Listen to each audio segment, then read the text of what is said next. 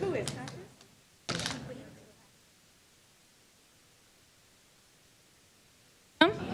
All right, good evening. Welcome, everyone. It is 4:30 on Monday, April the 6th, and we are starting our Instructional Policy and Student Achievement Committee meeting. My name is Dr. Renee Molnar. I'm chair of the committee. I am joined here by my co-chair board members, Member Harrison and Member Jarosz.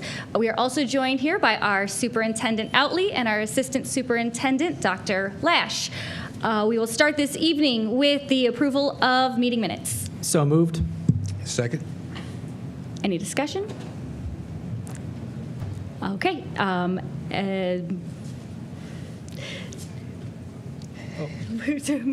in favor? All in favor. Thank you. Aye. There we go. Okay. Thank you. So now for public comment, we do have one person signed up for public superintendent.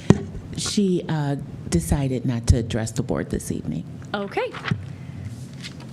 So we will move on to our discussion topics this evening. Our first topic, and I am going through this very quickly because our last Instructional Policy Committee meeting went over. I'm going to try not to do that again. So our first topic, item 301 today, curriculum and instruction on EdSteps.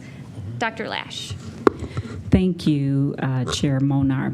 At this time, I would like to invite Director Lichty Clifford to give this update on the EdSteps process that we have been engaged in. Thank you very much. Good evening, board members. It's a pleasure to be here. I am going to keep it very high level, but we'll save some time for questions at the end, or if we need to dig in deeper, I'm more than happy to do that at another time. Oh, I do have a slide. Awesome. All right, so what we wanted to talk to you about is what the state calls our One Plan. It's in the EdSteps system. So we are required by the state of Ohio to have on file a 3-year plan. And our 3-year plan cycle came up. And so you can see by the bulleted list there, our strategy areas have to be around college and career academies, community and family engagement, curriculum instruction, fiscal management, and so on. And so we've been working with our buildings and across departments downtown to develop what that new 3-year plan looks like. And ideally, you know, we don't want a plan for the state and a plan for the blueprint and a plan for the buildings. And so we've been working very hard to try to roll all of those strategies up into one seamless plan. And so the way we started that work is in January, February, my school improvement coordinators supported the principals and the teachers, we call the SIP teams, at their winter SIP during January and February. Each school had to answer about 30 to 40 questions about their student outcomes based on the local report card. And we call that a one needs assessment, and they got down to like a root cause analysis. So once all the buildings sent those in, it was the charge of all of the departments down here at 10 North Main to look at and review and hear the voices of our administrators and teachers to then answer those questions based on the needs we heard at the buildings. So we then answered, again, 30 to 40 questions around those different buckets that I had on the screen, and really got down to our overall root cause, which for the most part, what we really saw and heard across the district is that a real desire and a need to focus on Tier 1 core instruction, making those standards accessible to all learners at all levels. And then definitely a need for social, emotional climate work within our buildings. And so as we move forward, our next step is, what we worked on through March was taking all of those root causes and developing our overall district goals. And so we've created our 3-year goals, drafted around literacy, math, and then attendance. And then the last final step will be for our buildings. So they're going to be engaging in this work next week, taking a look at our district goals, our district strategies, and aligning their work to that one plan. And so just pretty high level here again. So the one plan is made up again of our 3 big SMART goals. It's the state that says we should have no more than 3. Because of our literacy outcomes, the state does require one of our goals to be around literacy. And then they highly suggest the second one be around math. And then, of course, we know with all of the work around family, community engagement, and climate, we wanted to have that 3rd goal as well. So they have to be SMART goals, so specific, measurable, attainable, relevant, and time-bound. Every goal must have a student measure, so looking at our district assessments, our OST assessments. Under every SMART goal, we've developed several strategies. The state says they must be evidence-based strategies, and they prefer like tier 1 strategies, meaning that there's lots of meta research and analysis around those showing that they really impact student outcomes, so highly effective strategies. And then adult measures. So we wanted to make sure that as we're developing our strategies, that we're not just looking at the student outcomes, but what do we see and hear the students doing in their lesson planning and in their direct instruction. So we want to make sure that all of our strategies and goals have an adult measure as well. So just so you get a high-level picture, I don't have the time today to go into all the specific strategies. And don't mind the wording, because this must be forced into the drop-down menus of the Department of Education and Workforce. That's why they read a little bit funky, but we'll turn them into adult-friendly language later. But basically, you can see by June 5th, 2029, at the end of our 3 years, we're looking to increase the percentage of students reaching proficiency by 5% each year. So more plainly stated, looking at our state assessments, we want to see a 15% increase over the next 3 years. We feel like that is more in the attainable part of that SMART goal. Math, same format, looking to increase that proficiency for students by 5% each year for a total of 15%. And then we know that attendance, this is kind of our catch-all goal. So we wrote our attendance goal around decreasing that chronic absenteeism. We know to get the points on the report card that we need to improve by 1.1%. So that's what we wrote our goal for an overall attainment of 3.3. Later, when you see the plans develop, you'll notice that our strategies around attendance are not just student absentee oriented. This is where you're going to see some of our CCAA work.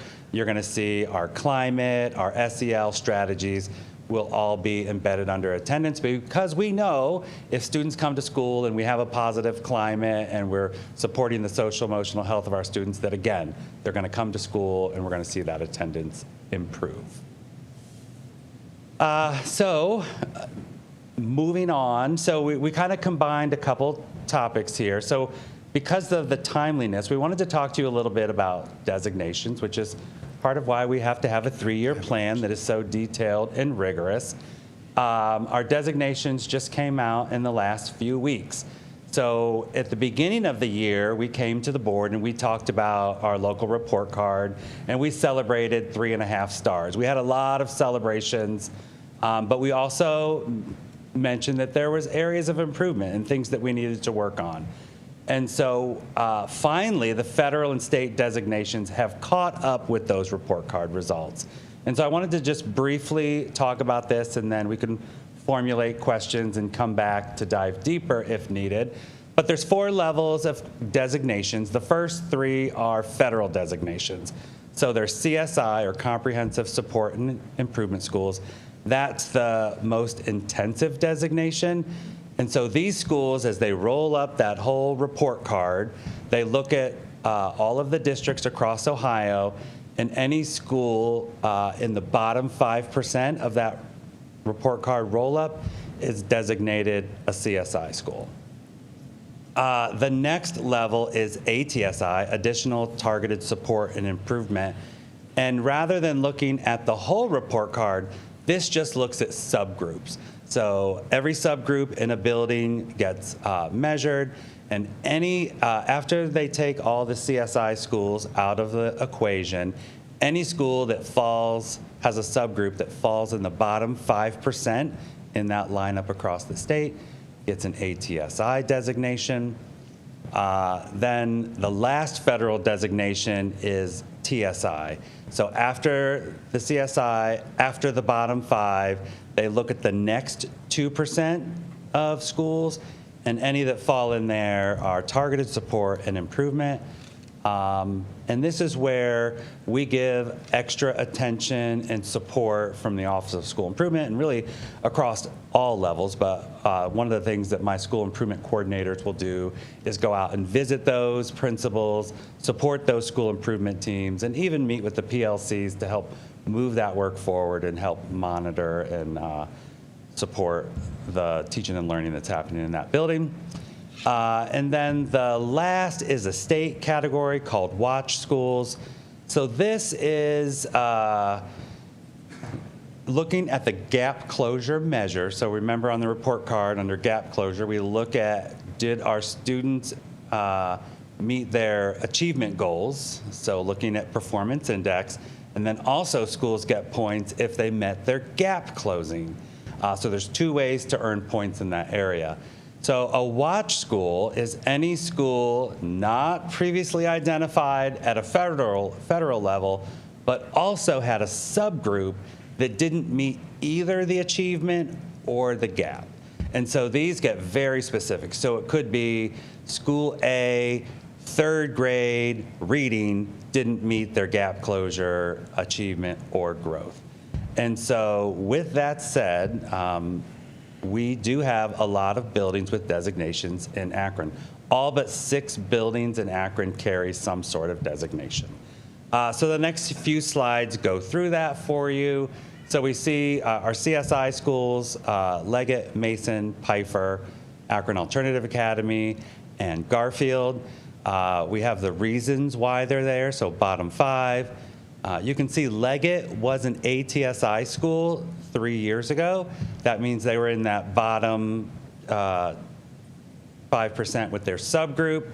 Because they didn't get out in 3 years, they got moved to the next rigorous designation. So that's why it says carried forward, students with disabilities. Mason's in the bottom 5, Pfeiffer.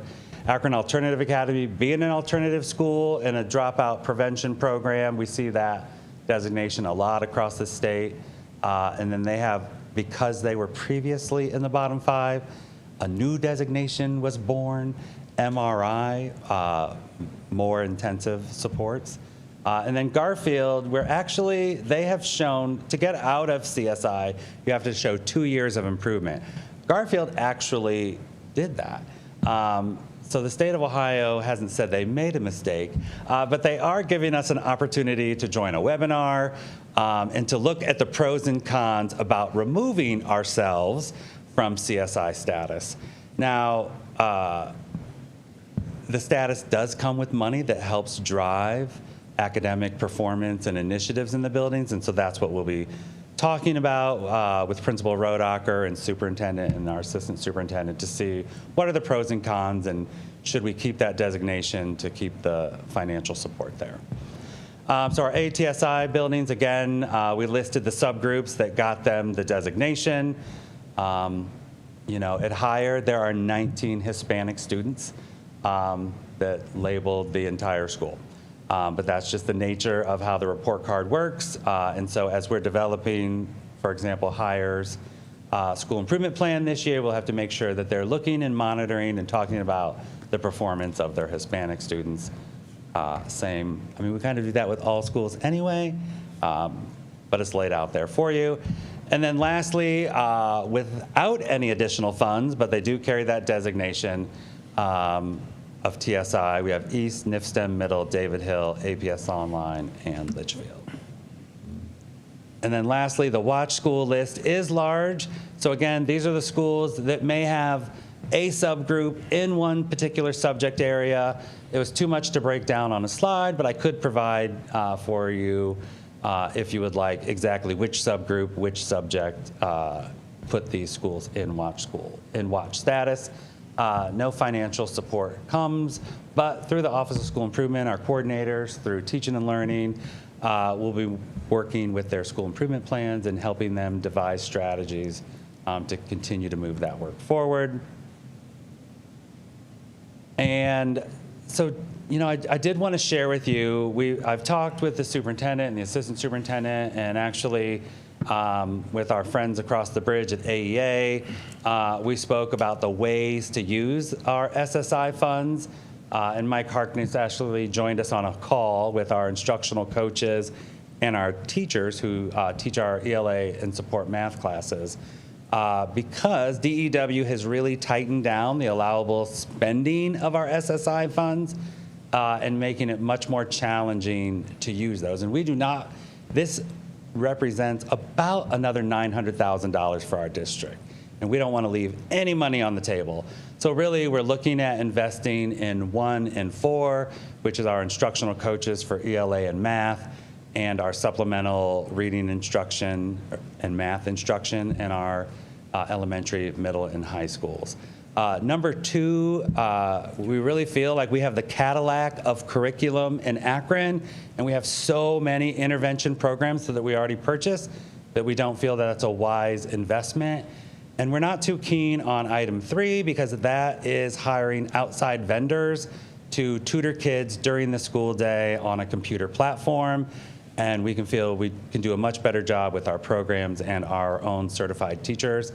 Now, the struggle that I was sharing with 1 and 4 is the Department of Education has tightened the credentialing of who can be funded with those positions. So, for example, an instructional coach now must have a master's in reading or a reading endorsement or pass the OAE 190 Foundations of Reading test in order to have the right credentials to be funded for that. So right now we do have about 14 coaches and teachers upstairs working with our partners from the University of Akron to give them a little brush up so they can all go take that OAE. But again, so that is kind of high level what this Office of School Improvement has been up to, very high level. And we're entering our budget season and finishing the one plan as we go. So I'm going to pause there. I think I've hit my 5 minutes. Absolutely. There's a lot. Yeah, Thank you. Questions from the committee members? I do. Member Harrison. I have a couple questions I want to really get through them. Root cause analysis and the research around the measures. How are we collecting data? How are we analyzing it, and how are we using it? So we really rely heavily on a couple areas. So we do have, we have Unified Insights right now, and I know the board has approved Schoollytics. So we collect, we look at our district assessments through Illuminate, and so that is a major driver. So every instructional improvement day, our teachers across the district are looking at their student outcomes in our district assessments, elementary looking at iReady and Dibbles. So the collection tools are tight. We do have the systems in place for teachers to talk and analyze when we don't have snow days that cancel them. So the systems are there to have the conversations. So Did I miss a I guess section? my question would be, do we have hard data outside of what we're collecting via voice or teachers? Do we have, for these schools, we have hard schools here. Do we have hard data for these? And do we have are we in-house data? Are we using the programs? We have it all. So we have our OST, we have our district assessments, we have teacher-given assessments like Dibbles, where they're sitting one-on-one with students. We also monthly, so my team alone has gone out and done hundreds of classroom visits. So we're out there looking and listening to what teaching sounds like in our district and giving feedback to the principals and teachers. So I think, Okay. yes, in every area. I could give you specifics. You can email them. Yeah, I mean, we do this want them. time and moment, Okay. but yeah. So are any cuts that we're making associated with this work in any way? So right now, I can tell you I'm balancing my federal budget, and I look very strong in terms of keeping our instructional coach, keeping our tutor supports. So I can tell you on the federal side, it's very strong, and we're trying to leverage this So 7 schools are newly identified. So that is an infusion of about $500,000. And so we're looking to leverage and increase on the federal side our supports. Is that a yes or no? I can't speak fully of the general fund budget. Okay. Can you speak to that? So, Reverend Harrison, as it pertains to the federal dollars that Keith is speaking of, the answer is no at this time. General fund. For the federal dollars. General fund, I will defer to superintendent when she comes back to the meeting. Okay. One last question. You mentioned our instructional coaches. Are all of our instructional coaches proficient in their area, certified, bona fide? We're moving forward with them? I would say yes, but the state of Ohio is raising the bar if you want to use these $900,000 of SSI funds. And so only 3 or 4 of those coaches have like masters in reading or reading credentialed. A lot of our educators go on for administrative master's degrees, which isn't going to get you that reading endorsement. So 3 or 4 out of how many? 30. Okay, I'm done. Now, I can tell you, all of them took did the Science of Reading Letters course, the full 8 units. So we are 50% of the way there, and that was a really rigorous, that was an additional bar that I didn't mention, so it's twofold. You have to have that master's in the endorsement, and you have to have done the state's Science of Reading course or the 8 modules. And all of my coaches went above and beyond and did the 8 modules of letters. Member Droz. One quick question. The first one is, you mentioned about a 5% increase in the early literacy component for the next 3 years. If we achieve that, what is the likely star number change that would affect our scorecard? That is a great question. I do not have that in front of me today. Of course, I should have. So I will work those numbers and get back to you.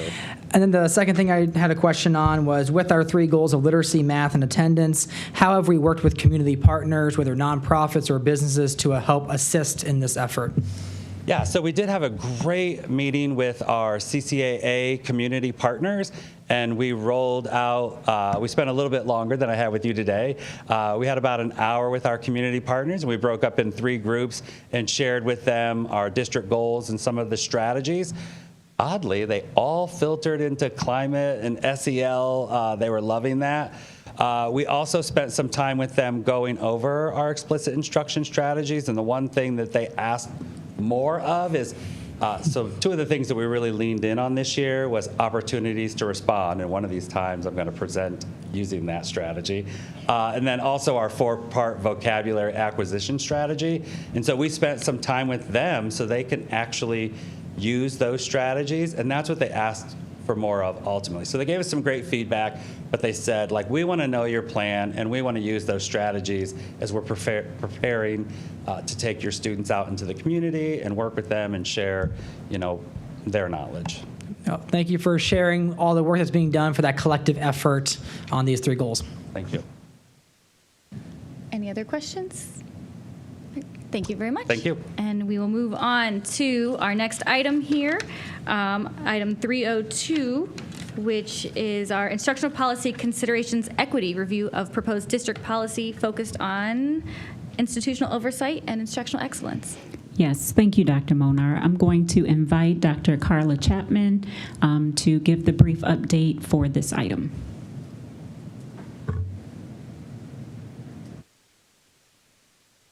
Good evening, Chair, Dr. Molnar, members of the board, Harrison and Jaros.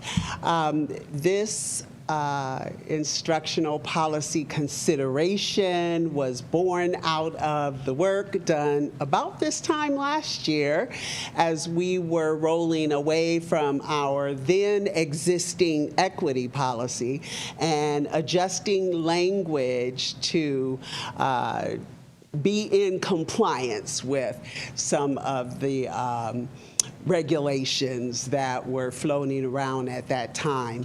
What we've done with this particular instructional policy consideration was to examine that policy, which was put on hold in March of 2025, and then pull from it those areas that we feel are instructionally sound policy considerations. While this is not in final policy format, what we want you to think about as you're considering moving forward with a new version of an equity policy are 4 areas to be grounded in around a focus on equity. And the first would be the environment.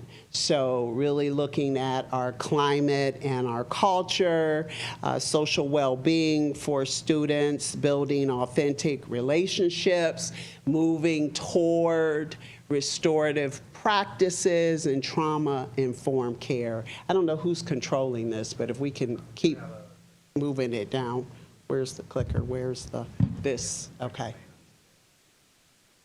So that's not me. That is not me doing that. Okay. So environment would be 1, climate and culture.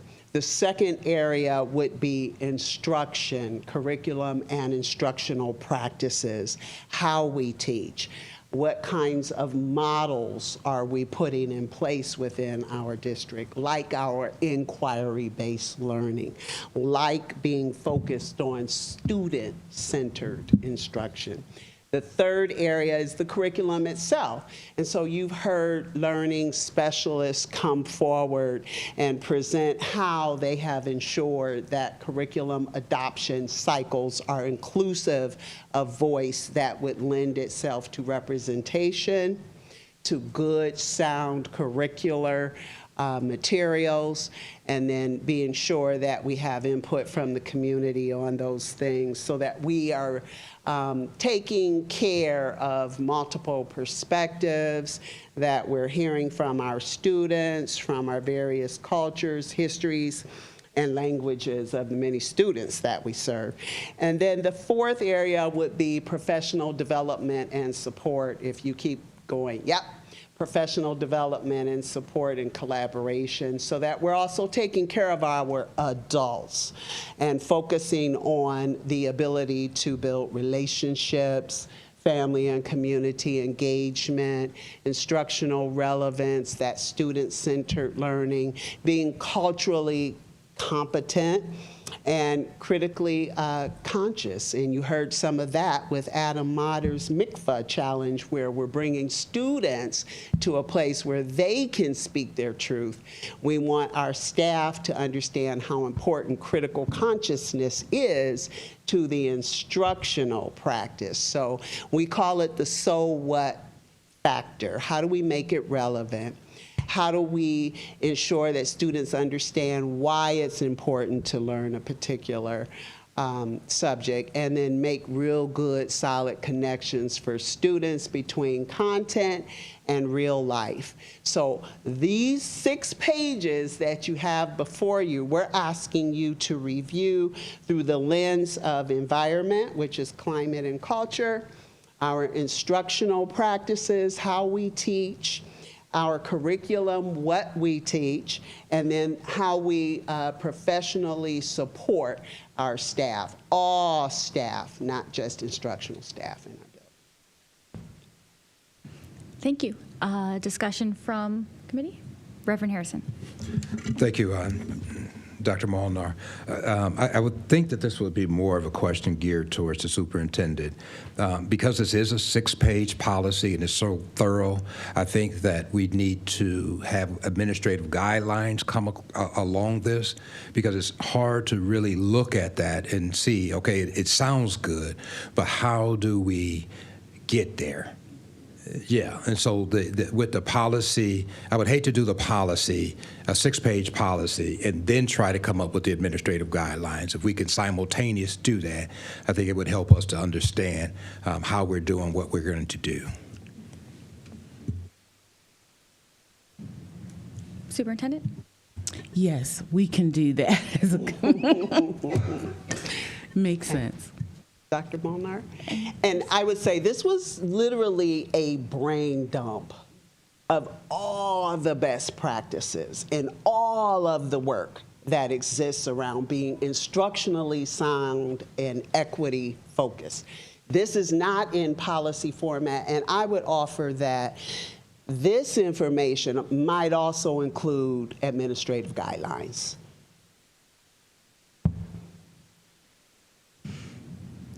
Dr. Lash? Yeah, no, I was just going to add, and thank you, Dr. Chapman, that as Dr. Chapman said, a brain dump. So as the committee continues to work on this and bring back a policy, I imagine that, as you said, we will find what can be pulled out of the policy and needs to be included in the administrative guidelines. Member Droz?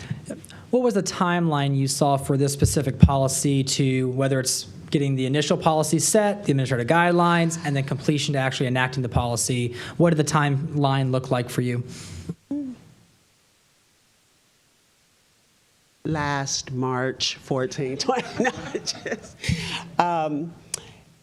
I don't have a sense of a timeline. I would rather take the time to get it done well and to ensure that we're including all of the necessary components, and to also get feedback from staff, from students, from community on what would be something for us to consider.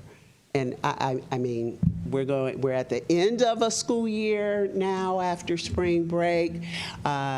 Pie in the sky if we're ready to roll this out at the beginning of our 26-27 school year. That would be the best case scenario, but I know that there is a lot of work in between now and then. Member Harrison? Thank you, Chair Muller. I think because we did this work and it was erased, I think the pie in the sky for 2027, I think this is a priority. This goes along with Director Keith in his work. So I think 26, 27, I think July 1st should be the target date, not the pie in the sky target date. I think this work is critical to and all the other work we do. So I would like to see this. I would like the time put on it and see this ready for the next school year. Any other discussion? Okay. So I am so happy to be bringing this back. Last year feels like so long ago. But this was a large part of what we had focused on last year because it is so important. It is so critical. This was our foundation. This was a pillar. And it can come back and be a pillar for our district again. I agree that working on the administrative guidelines are a large priority because as long as these guidelines don't interfere with any existing policies, we can start putting things into practice now. You know, if this is what we know we want to do, we plan to do, we're going to do, some of those things could start to be done while we're getting this ready. So I really do encourage focusing on the administrative guidelines, but we do need to get this back in our books. And so I heard our call to action review from an environmental, instructional, and curriculum lens. But our next call to action, I'm going to ask for you to give us another call to action. What do you want us to focus on next, or what do you think would be the most pragmatic next step to putting this into action? Thank you, Dr. Molnar, for the question. I think that as the policy lead, coming together with the board member representatives and our administrative team on what are policy items and what are administrative guidelines.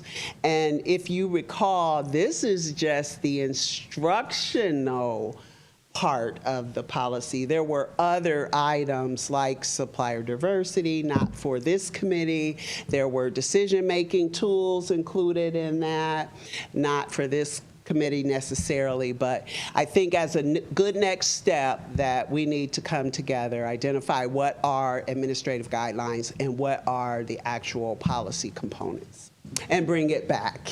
All right, thank you. So I look forward to our next step of discussion on this in our March meeting. I know that currently this is in 302, Instructional Personnel and Professional Learning. If we want to keep it here, I'm fine with keeping it here. If you find that in dissecting it, the next focus might belong in another topic, but I look forward to bringing this back in May. Oh my goodness, May. It snowed this morning.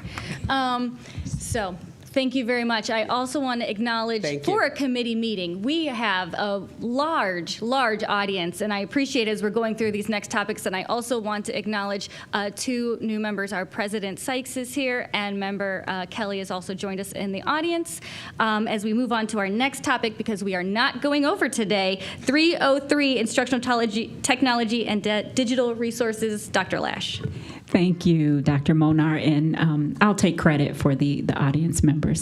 Thanks, team, for being here. As Mr. Motter makes his way for our next topic and our tech professionals get the website ready with that link there, I didn't want to take the time after we finish 3.01, but I do want to say that although you see one kind of voice represented, there's a whole team behind the work that you're hearing. So thanks to Director Lichty Clifford and for leading with school improvement and the State of Ohio work with our one plan, our teaching and learning departments and other departments that came together to do that work. Same with Dr. Chapman. And even here, not that one, tech professionals, thank you. The website, the website 3.03. As Mr. Motter is, the spokesperson tonight, there is a whole team sitting in the audience that worked on our emergency procedures. And so that's what since last time in this section, we talked about the resource impacts if House Bill 42 were to pass. Today, we just wanted to come back in this same section and talk through some of the work that we've done with our school principals and other leaders in the district for emergency guidance. So just want to give you a quick update. Thank you, Mr. Motter. Thank you, Dr. Lash. Board members, good evening. As Dr. Lash said, this is really just an update. We wanted to make sure everyone's in the loop. About a year ago, you may remember that we created this outwardly facing website. Our emergency guidance, i.e.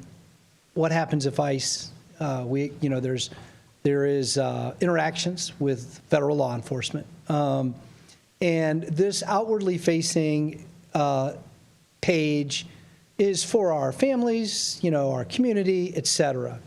Fast forward a year. So fast forward this winter, the landscape changes. We wanted to go back, look at our policy, look at our administrative guidelines, right? How we, are our procedures tight with potential changes in legislation, potential changes in the landscape. So Dr. Lash said I probably now have 3 minutes, so I better hurry. 2 minutes, she says. What we have done was we met with principals in February. We reviewed our internal guidance with them and made sure that all our principals had the opportunity to ask questions, make sure they knew what our procedures were. We additionally reviewed, we have an internal website for all our staff, things to consider, what to do, what not to do. We also have a one-page document that the team created, I believe it might have been in the Friday notes for your reference. This is for our secretaries in our schools. So and again, we hope that this is not an issue, that this does not happen. But if it does, everyone's ready and on the same page. Our goal today is simply to be up here to let this subcommittee know we have not dropped this. We have updated, made sure that everything is current, make sure that everyone's on the same page, just as a just in case. And with that, I would refer to Dr. Lash if I missed anything or if you have any questions. Thank you, Mr. Motter. That concludes that portion. Thank you. Questions from the committee? Member Harrison. Thank you, and thank you for all that you do, Adam. We know you're compassionate and passionate, and so thank you, and thank you for working on this. I'm just curious and concerned why our Director of Security is not leading this and why he is not here. Well, I can speak to this. In a nutshell, if ICE were to come to a building, there is a procedure for bringing them into the office and bringing them into a safe space, like we would any visitor. They're going to sign in and so forth. In the meantime, our executive directors, I call them the chiefs, our executive directors of schools, they're going to be en route, as is legal and our director of security. So our director of security is one of those top-tiered pieces in our procedure for what happens next. He's absolutely aware of the plan. Everyone's on the same page in terms of that. But that's why, that's the role, and it is a leading role in what we do. Member Droz. No, I just want to thank you and your team for all the effort you put into this to make sure that parents, family, the community has the information in front of them, as well as staff members on how to handle this issue. So thank you for your due diligence on this, because we want to make sure that every student, every parent feels safe in our schools. So thank you for the work you're doing on that. Thank you. I will also say it's important for our community to feel like our children and to know our children are safe in our schools. If we want to increase attendance, we need to know that our children are safe in our schools. One question I do have about the process, I did notice that there was something about if there was a warrant or court order, that a copy be requested. So I do think this process, first of all, is not necessarily ICE specific. It can be expansive of that, so I don't know about that. But I also, offline, email me, please. I'm concerned if we are training our secretaries to validate warrants, or if we are training our secretaries, because they are mainly the people who are at the front desk and dealing with people directly, to call and wait. Whatever that communication and training is, I probably would say the latter, but it is, Dr. Molinar. The school district has made the decision. There's administrative warrants and judicial warrants, and it really should be a judicial warrant, et cetera, et cetera, et cetera. But the district's made the decision that we're not going to worry. We're not the secretary, the principal, the teacher who's in the office saying, "What's going on?" That's not their decision to make. Legal will be there. We're going to keep any federal law enforcement in a safe place. We're going to ask them for their patience. We're going to ask them if we can make a copy of the warrant. But legal is going to be on site to make that determination. So the idea was, when they come, it's tough. People are in, somewhat, things are moving quickly, and to ensure that everyone's on the same page in all of our schools, the call gets made immediately. A chief is on their way, legal is on their way, security is on their way, and that's where those determinations will be made. I hope that helps. Thank you. Any other comments? All right. Thank you very much. We'll move on now to section 401. This conversation actually started from a community member. Dr. Goggins came to another committee meeting, and now it's in this committee, and we're having a presentation. Dr. Lash. Yes, thank you, Dr. Monar. And yes, Dr. Goggins there he is. Yes, we invited him to return. And so last month, we were going to give this update. We ran out of time. But it allowed us to be able to fold Dr. Goggins in so he can hear this information as well. And if you don't mind, I'm going to walk up here to get the clicker. I thought there was a second clicker that was coming, because I'm going to start, and then Miss Sierra Ross is going to also join, so she'll come up to you.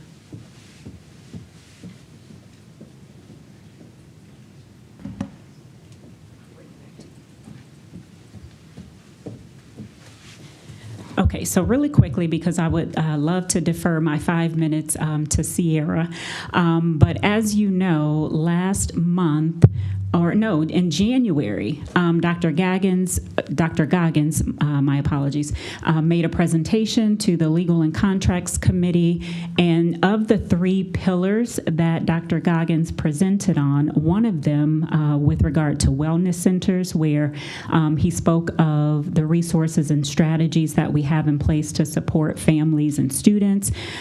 Specifically, he spoke about topics around school disciplinary transfer placements. He referenced restorative practices, trauma-informed approaches, social-emotional learning, and de-escalation in school safety.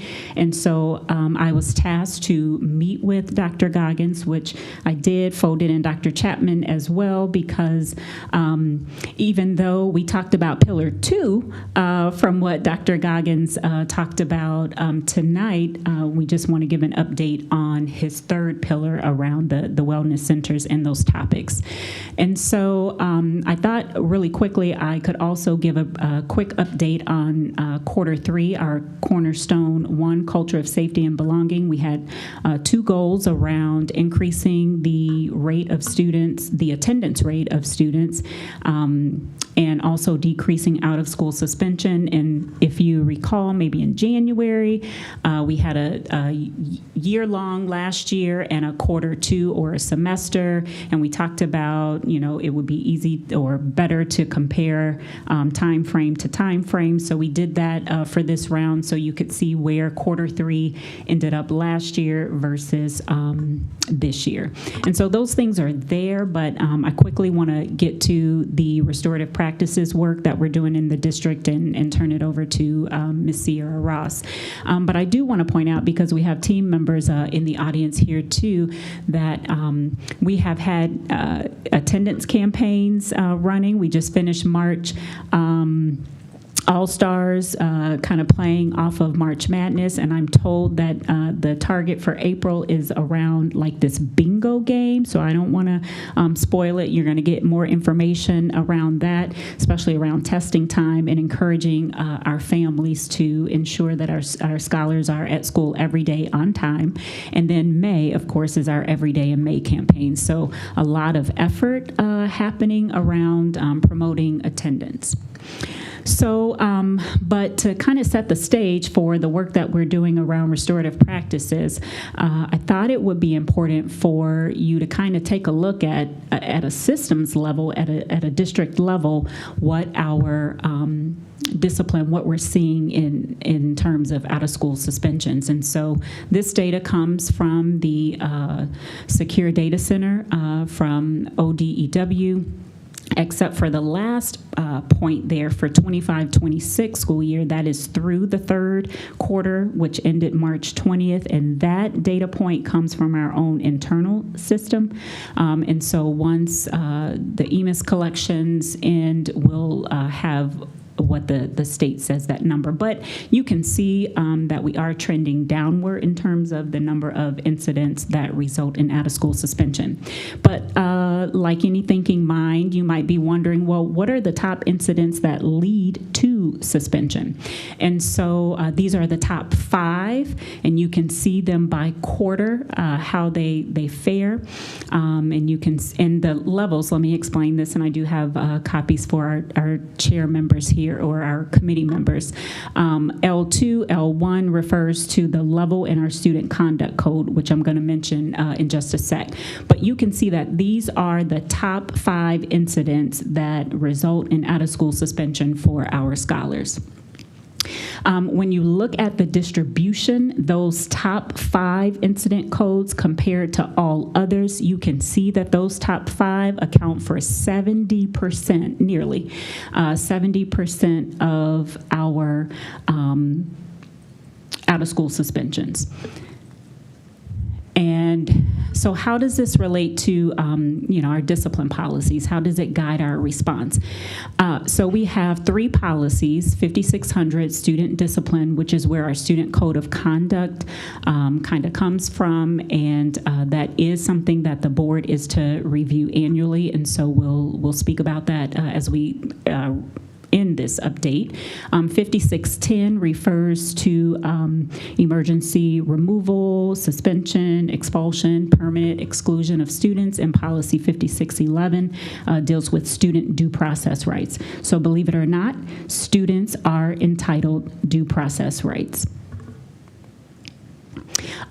So as we see, because any, again, thinking brain would say, well, geez, if you see this, what are we doing about it? And so there are some proactive things that we are putting in place and have in place to help students regulate themselves and those kinds of things, and how to deal with when an infraction occurs, and so for the adults and the students. So with that, way back in 2023, we wrote a grant for the Department of Justice and received $856,000 to implement a whole school change restorative practices model, our partnership with the International Institute of Restorative Practices, and that is where Sierra Ross comes into play. And she's going to talk about the results that we're seeing, but with that, we wrote another grant for fiscal year 25. We haven't heard back yet. And so Sierra's going to share really quickly what the work has been and the data that we're seeing.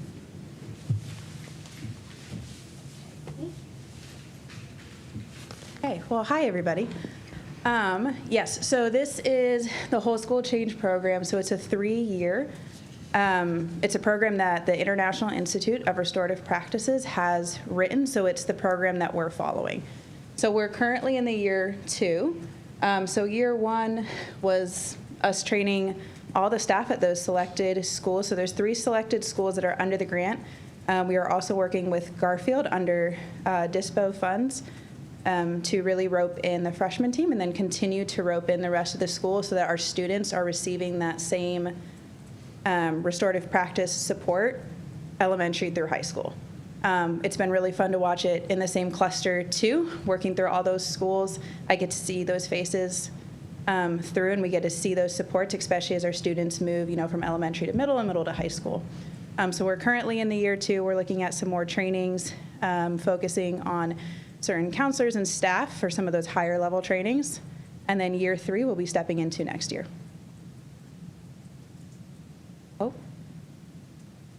So our systems of support and professional development, there is a lot tied into this.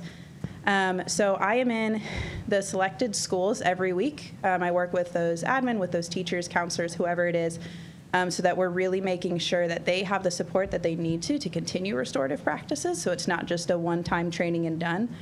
That looks like sometimes it's with, those teachers specifically, working with students, working with administration.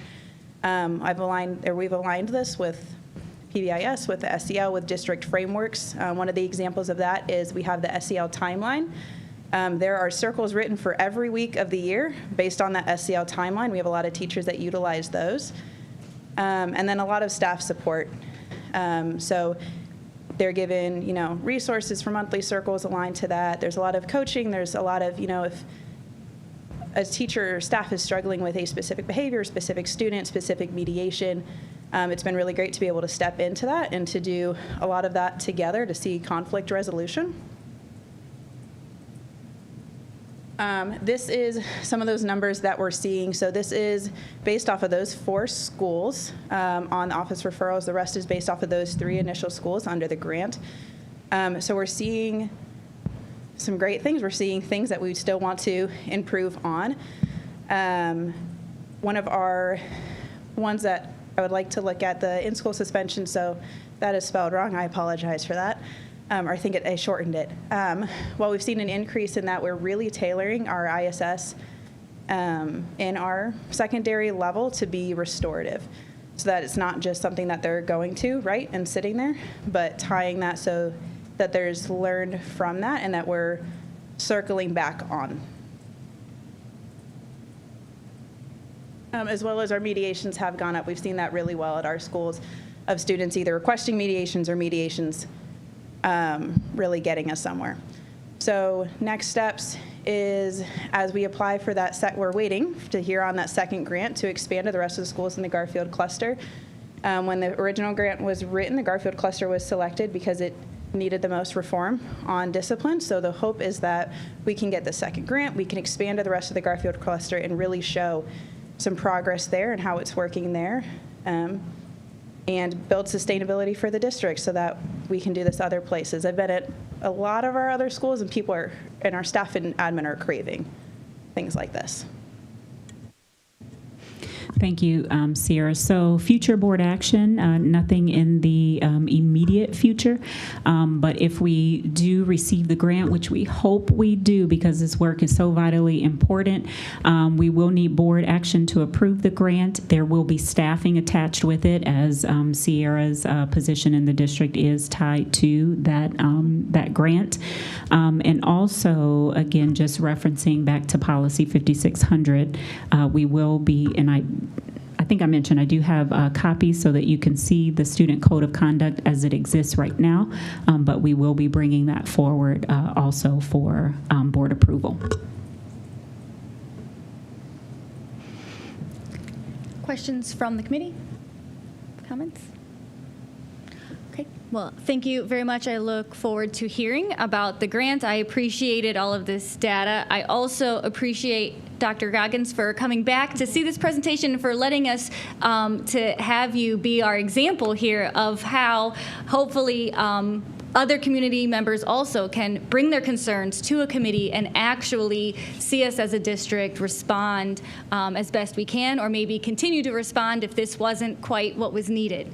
But we are trying to be responsive to all of our students' needs and what we need to do. So I thank you. Thank you.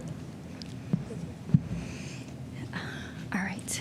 It is 5:27. I do acknowledge that. I do want to say, sorry, one more thing. The two policies, or three policies associated with this, I noticed 5611 especially did not have administrative guidelines. So as we continue this conversation, as we work on updating guidelines, students, you said, oh, students have due process rights.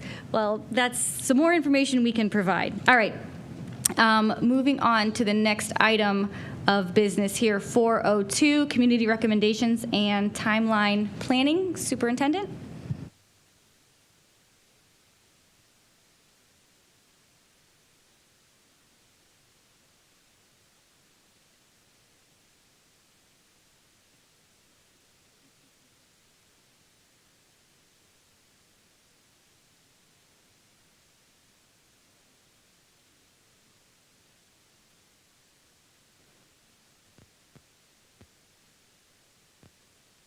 Thank you.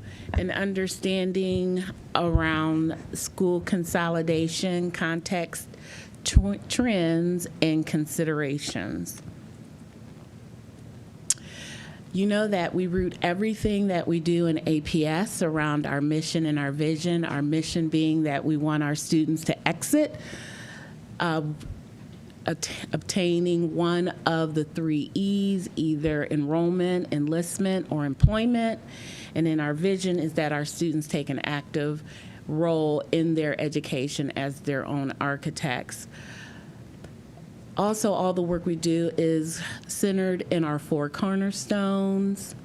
And this work that we're going to be talking about this evening is really based in Cornerstone 3, although it touches all of the cornerstones because of the financial impact.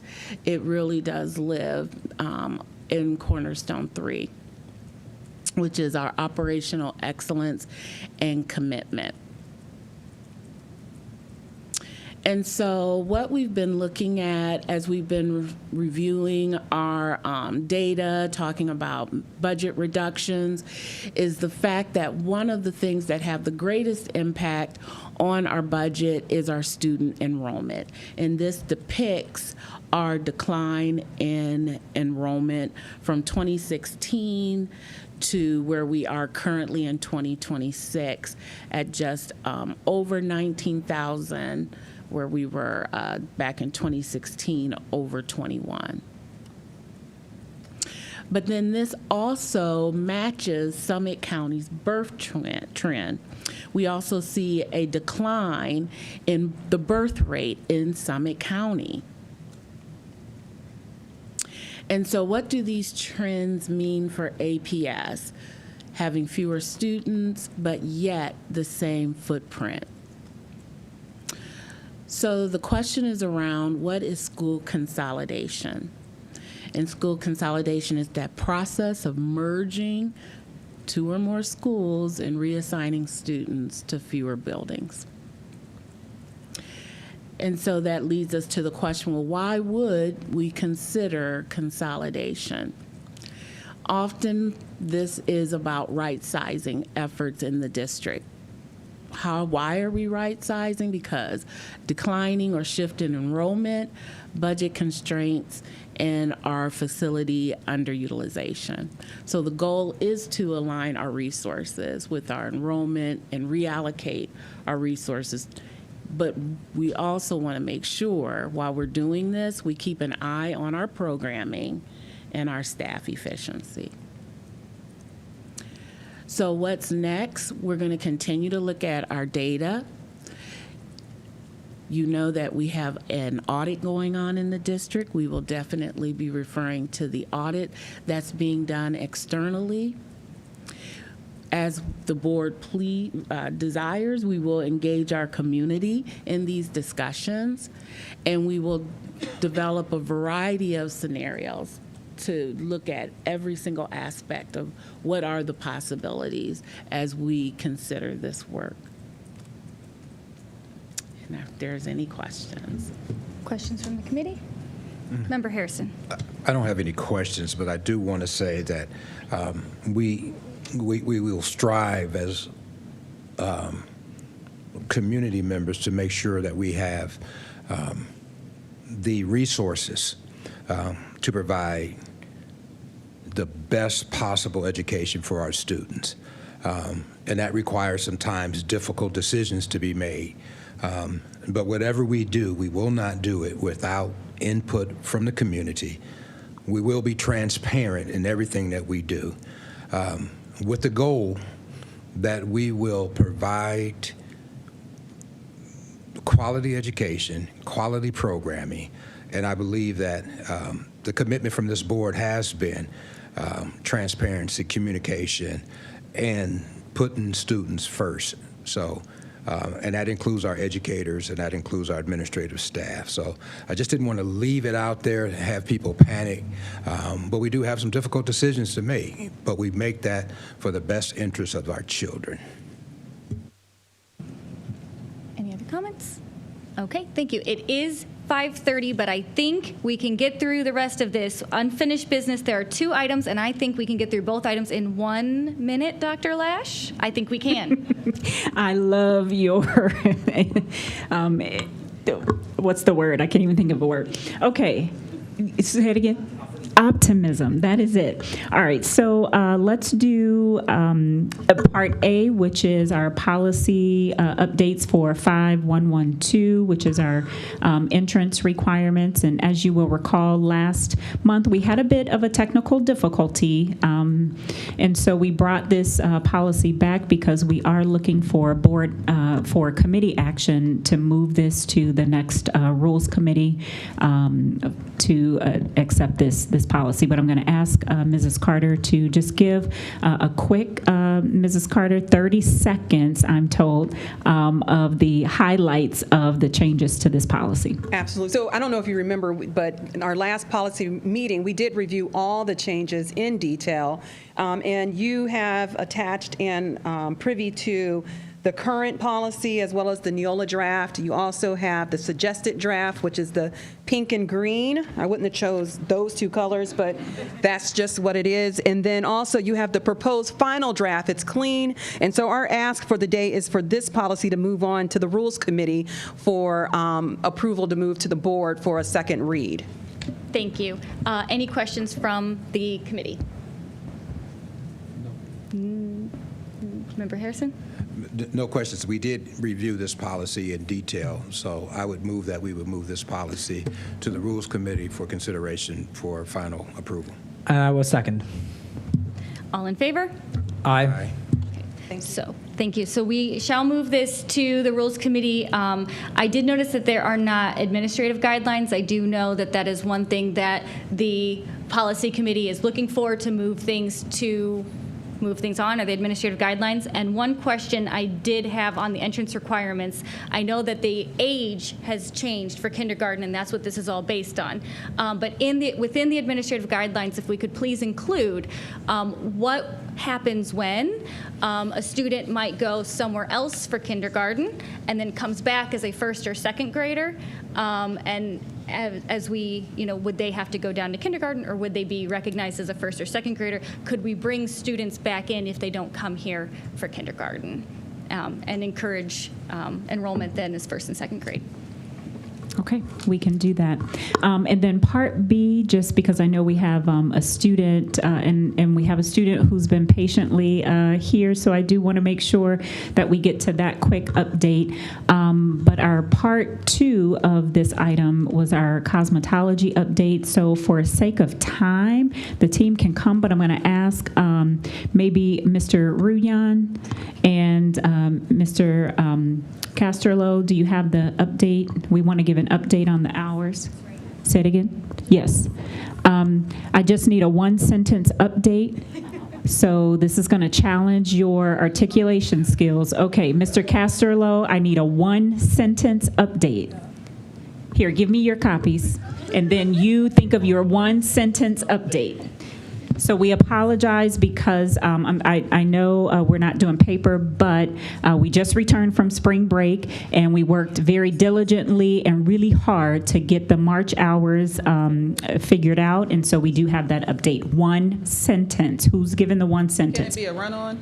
No. Okay. One sentence. All right. So the March hours were added recently, this morning actually, and so given the opportunity that our students have with the extended time, the summer opportunities, out of the 12 current seniors we have 4 students who will, if they're able to take advantage of all the opportunities that are afforded to them, will be ready to sit for the state board exam later on this summer. Thank you. Any questions or comments from the committee? Thank you. Wonderful job. Okay, and now, thank you for patiently waiting.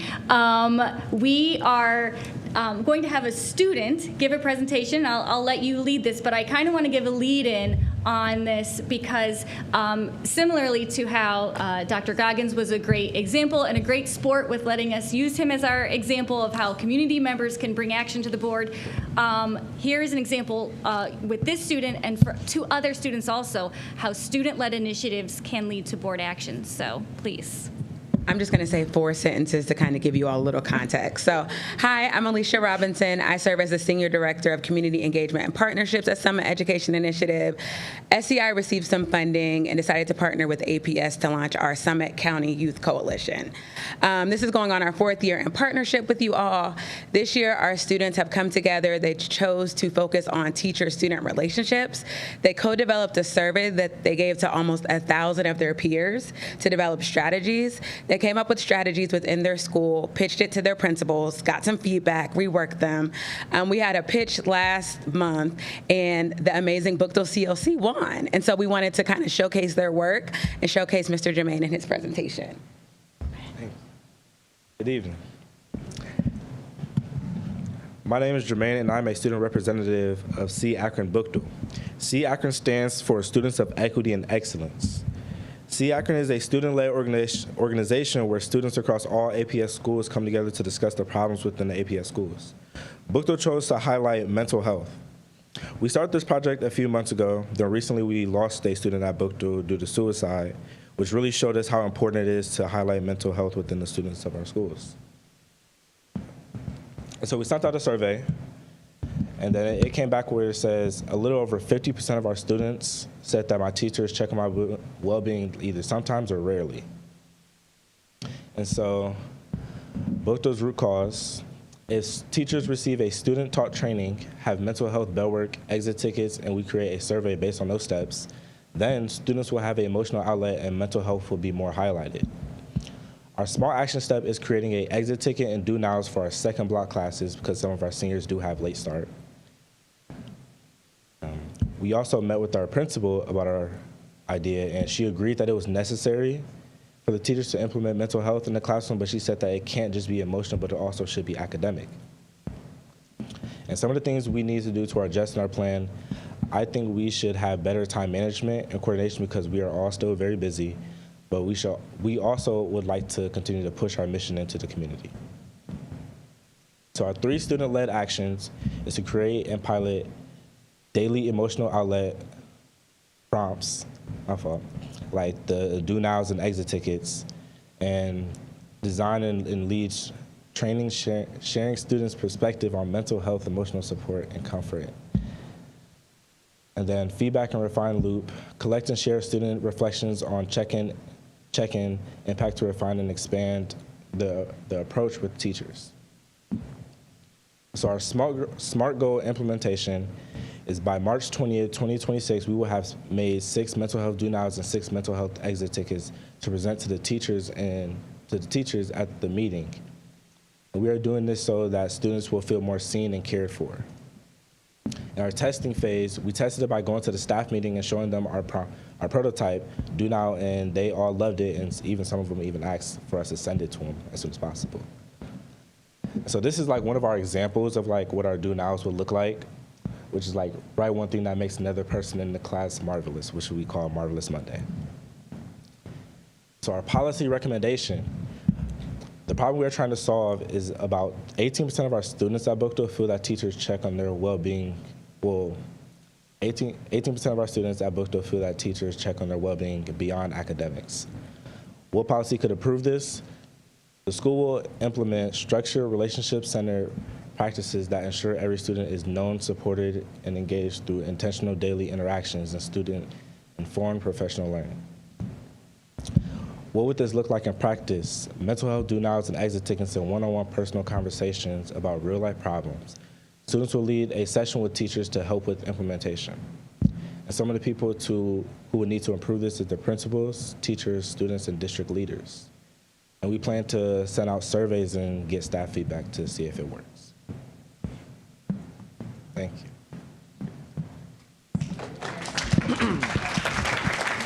Thank you, board members. So this is only one of 8 presentations that's going to be taking place this Friday, April 10th at 12 noon upstairs in room 205, 206. You should have received an invite. If not, there's a flyer for you all to come and see our students in action. Again, thank you to our partners at SEI for helping our students. But each of our schools have their own organization within their school.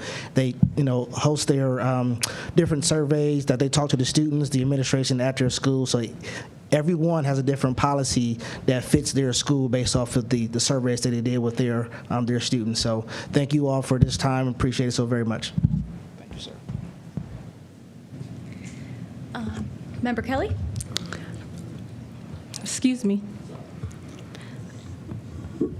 I know how challenging it can be to make a presentation. You want to make sure you have all the information in there. Your first 2 pages were very impactful for me. You said a lot of things that stuck out. So I would like to, after this meeting, briefly speak with you and Mr. Fletcher about other opportunities where you would be able to present your presentation. So just hang tight before you leave, and we'll talk briefly. Thank you. But thank you for standing up here and talking about it, because sometimes it's hard. It's hard to talk in front of a group of people about something that you're passionate about without feeling overwhelmed or nervous about it, but you presented yourself very well, and I want you to know that. Thank you. You're welcome. Reverend Harrison? Just want to thank you for that presentation. It was the only thing that would have made it better if you would have had a maroon and gold jacket on or something. But your information in there was just phenomenal. You gave us the issue, you gave us methodology, how you got to that, you gave us a solution. So I just want to thank you. There's no questions to be asked because you answered the questions. So just want to thank you for that. Thank you. Member Jaros? Well, yeah, thank you so much for sharing that information with us and for having the courage to speak up. So keep up the great work that you're doing, and with the association with SEI, I think you'll do a lot of great impact in our community and in our district. Thank you. I have one request, one question, and I think that you did such a great job, and I know that more students are presenting on Friday. My request is to place this item under unfinished business, and to hopefully have you and or some of your colleagues come back with policy recommendations that we can move into action as a board. Thank you. All right. Okay, and with that, it is 5:43. We went 13 minutes over. Motion to end. So moved. So moved. Thank you. We are end session at 5:43. Thank you.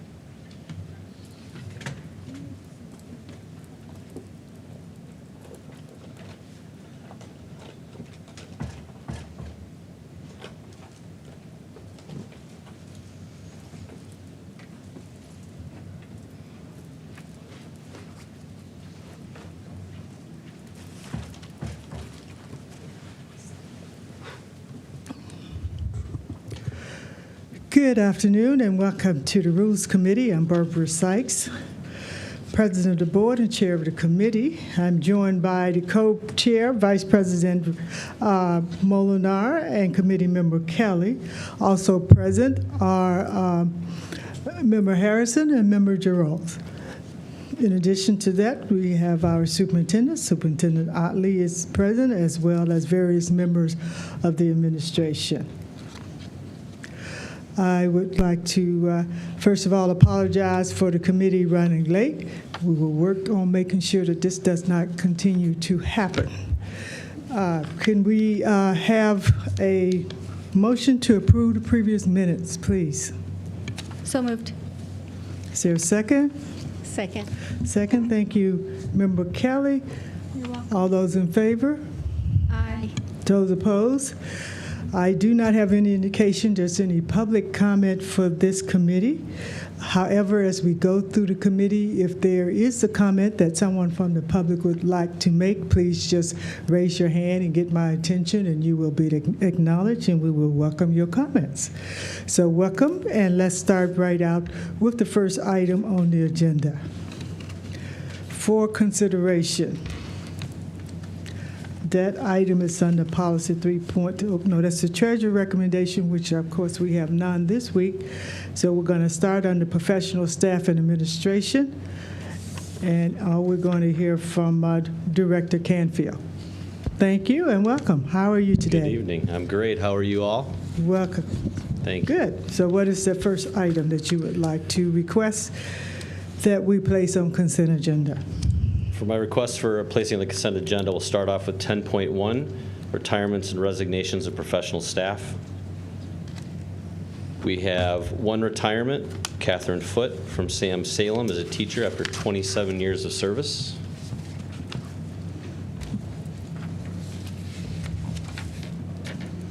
We additionally have two resignations. They are coming off a leave of absence per collective bargaining agreement and not returning, those two employees there. Okay. Are there any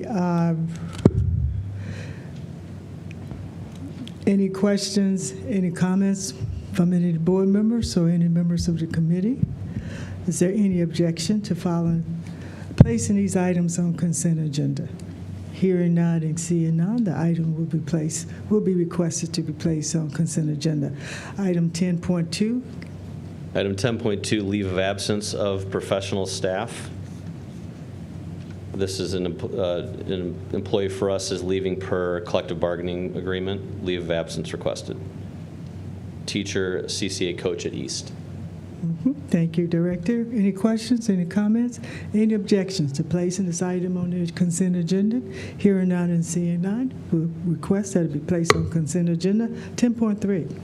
10.3, employment of professional staff. This is the hiring of a teacher, interventional specialist, a SPED teacher, so we're still hiring SPED teachers, location to be determined. Any questions, any comments? Remember? Okay. Any objections to placing this item on the consent agenda? Hearing none and seeing none. 10.3 will be requested to be placed on the consent agenda. 10.4. 10.4 are reinstatements of professional staff coming off a leave of absence per their collective bargaining agreement. Ms. Chaplin is an ELA teacher at Akron Early College, and Ms. Lanchman is a science teacher at NIF STEM. Thank you. Any questions, any comments from members of the committee, any members of the board, questions or comments? Any objection to requesting that this item be placed on the consent agenda? Hearing none and seeing none, we will request that this item is placed on the consent agenda. 10.5. 10.5 is reclassification of professional staff member. This is for two substitute teachers that have attained their certification to become teachers, interventional specialists, so two more SPED teachers for us. Location to be determined. Okay. Any questions, any comments from members of the committee, members on the board? Hearing none, any objections to placing this item on the consent agenda? Hearing none and seeing none, the request would be to place the item on the consent agenda. All right, that takes us to 12.1. 12.1, employment under limited supplemental contracts.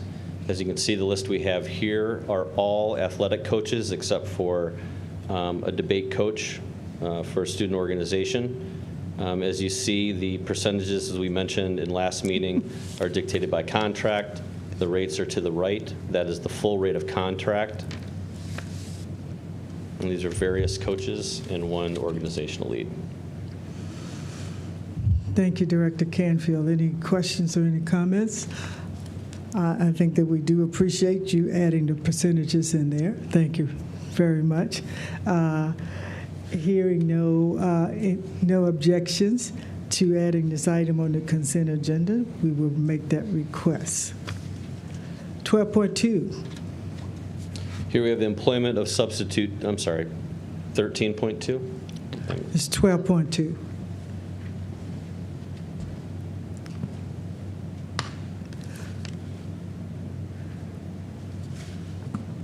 Salary adjustment, limited supplemental contract for volleyball coach at Ellett. Yes, I'm familiar. I'm sorry. Okay. I'm at 12.2 now. I just had a page out of order. That's all right. 12.2.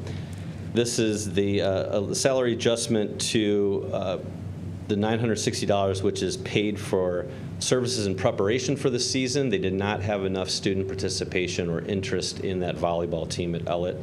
So this is what we had to adjust the contract to pay her for the services rendered. Okay. Any questions or comments? Hearing none, seeing none. Request to place it on consent agenda. 13.1. 13.1 is the retirement of a substitute teacher, Ms. Leanne Hall. You'll notice the effective date is October 31st. This is due to an untimely notification from STRS giving us that effective date, so this is the first time that you're seeing it. And her years of service is 2 with us.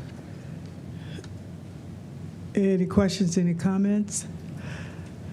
Hearing none and seeing none. So that's 10/31/25. That's correct. And so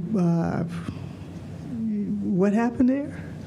So STRS is, Judy can help me out with this, but STRS sends us notification of what the effective date is based on their years of service.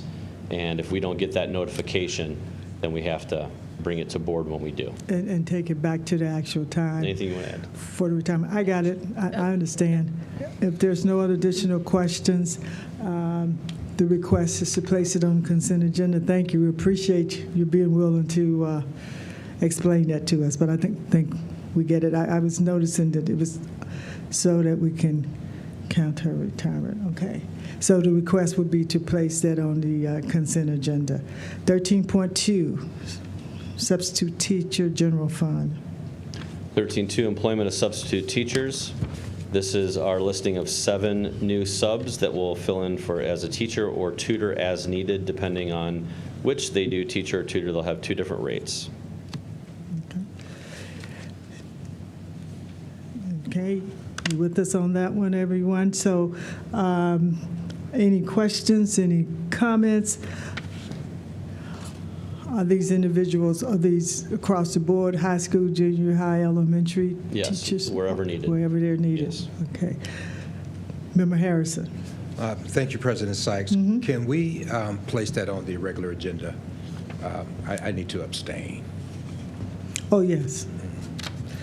So hearing no objection, we will request that this item be placed on the regular agenda. And that is item 13.2. Okay. Okay. 14, that's substitute teachers. 14.1 is a revision, substitute tutor funding change to Title I. This move is because this substitute tutor is filling in for an assignment that's covered by Title I. So that's the shift in funding for her. Okay. She is covering a leave of absence. Okay, thank you. Any questions, any comments? Hearing none, there's no objection to place this on consent agenda. All right. 15.1. 15.1, retirements of support staff. bittersweet to me here. This is Miss Kathy Booth, HR's confidential secretary. Okay. After 27 years of service, she is planning on retiring. All righty. Any questions, any comments?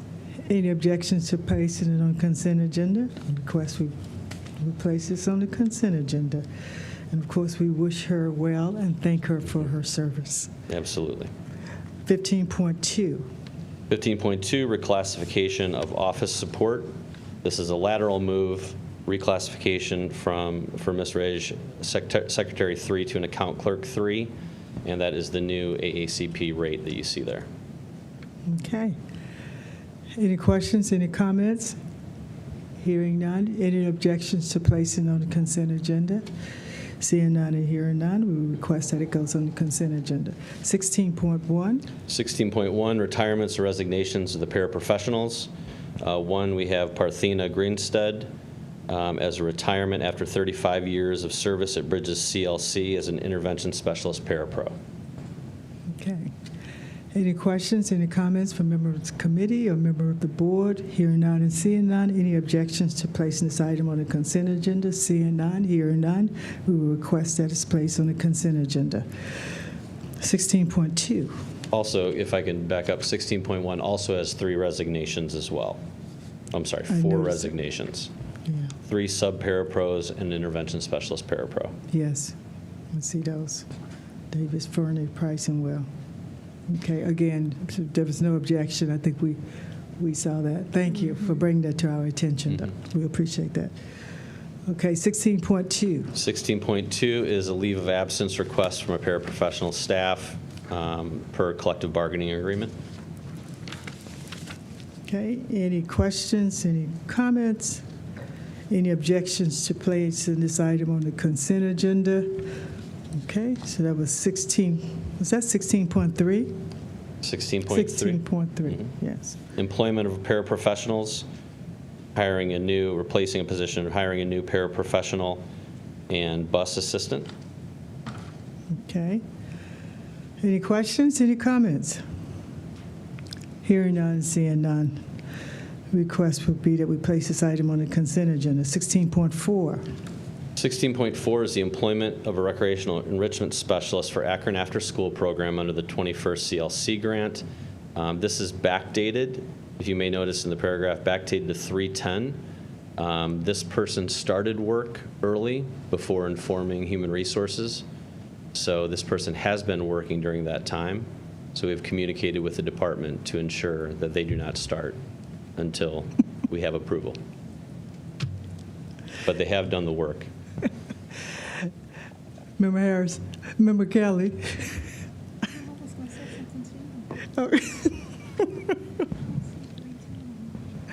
Okay, just a second.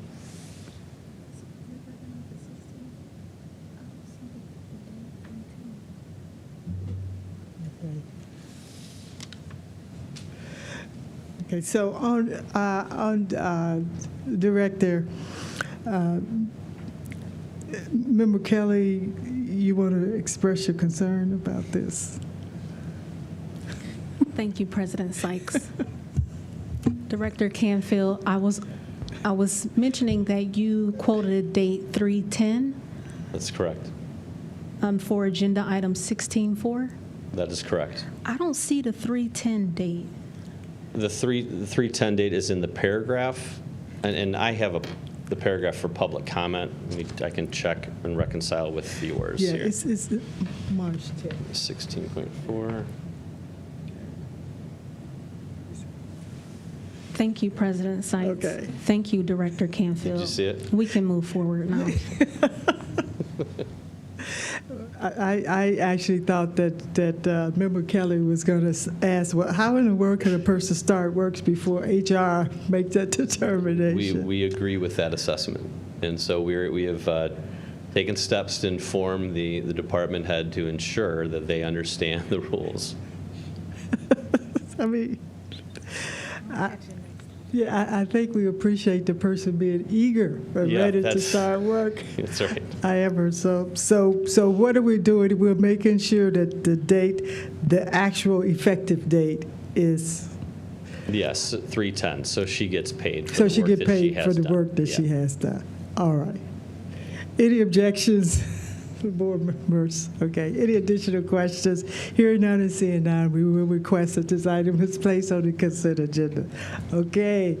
We hear a new one every week, don't we? Every 2 weeks we hear something new.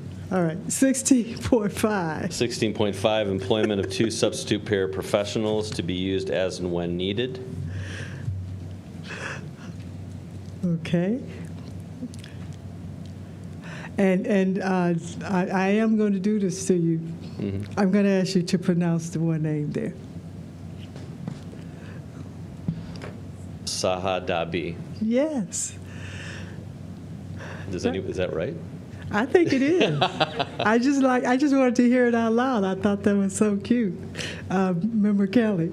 I know confidentiality is important, and it is something that we practice across the district, but I would like to share that some of the names that we are seeing today are graduates of Akron Public Schools.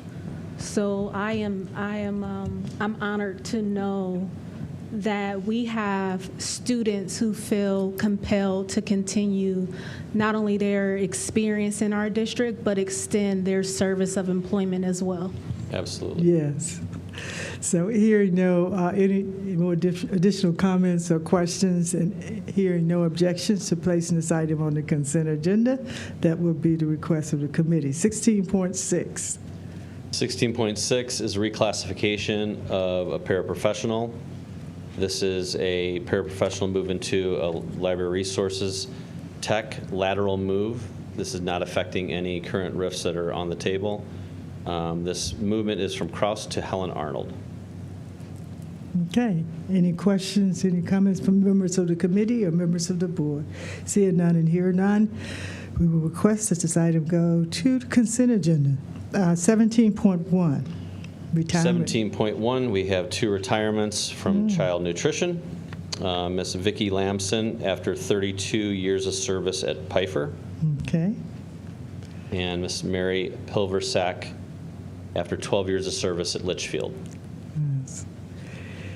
Are there any questions, any comments? Hearing none and seeing none. Of course, we want to congratulate the 32-year-old Vicki Lamson and appreciate her service at Pfeiffer. And congratulations, of course. So we will request that this item is placed on the consent agenda. Okay. 17.2. 17.2, request for a leave of absence from one of our child nutrition workers at Bookdale per the collective bargaining agreement. Okay. Any questions, any comments? Hearing none and seeing none, the request will be that we place this item on the consent agenda. 17.3. 17.3 is the employment of child nutrition employee as a temporary worker. Okay. Any questions, any comments? Hearing none, seeing none, we will request that this item is placed on the consent agenda. Hearing no objections. 17.4. 17.4 is reclassification of a current child nutrition worker from a program worker into an elementary worker at Sam Salem. This is a lateral move. All right. Any questions, any comments? Any objections to placing this item on the consent agenda? Hearing none and seeing none, we will move on to 18.1, retirement custodial staff. Today we're celebrating the retirement of George Miller as a custodial worker at Innis after 30 years of service. Here, any questions, any comments? Of course, congratulations to Mr. Miller. Hearing no objections to placing this on the consent agenda, we will make that request. 18.2. 18.2 is also retirement from the Transportation Department, one of our bus drivers after 18 years of service, Cynthia Lukacs. Wonderful. Any questions, any comments, any objections to placing this on the consent agenda? Hearing none and seeing none, we will make that request. 18.3, leave of absence. 18.3 is a request for a leave of absence of one of our custodial staff for an unrestricted leave of absence per the collective bargaining agreement. Okay. Any questions, any comments? Hearing no objections, we will request that this item is placed on the consent agenda. 18.4, bus driver. 18.4, the new hire of a bus driver, replacement position. Okay.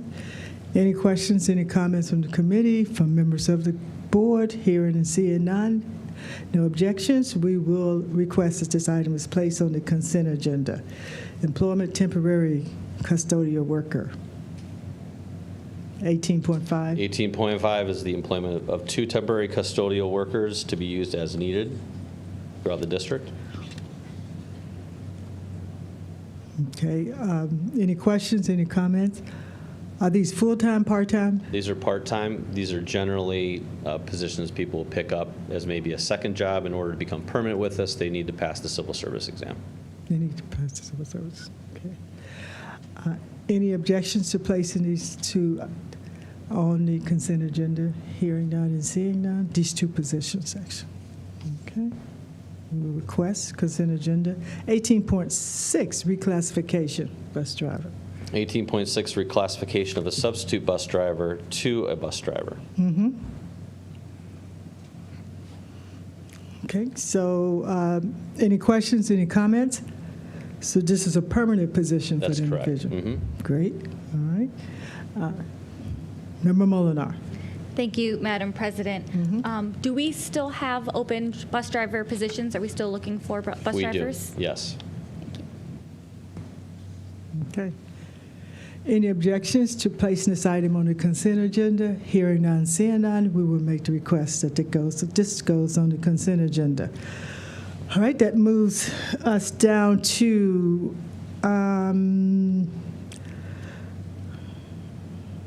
motions to accept donations. Actually, we need 19.1, one more. Okay, I thought we just did that one. Okay, 19.1. Oh, it's a safety team, Yep, yes. employment Okay. of a safety team member, replacement position, Okay. new hire. Any questions, any comments? Seeing no hearing and seeing no objections, we will request that this goes on the consent agenda. All right, now we will go down to accept donations, 21.1.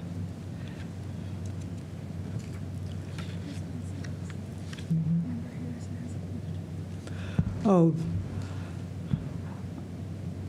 Member Harris, did you have a question?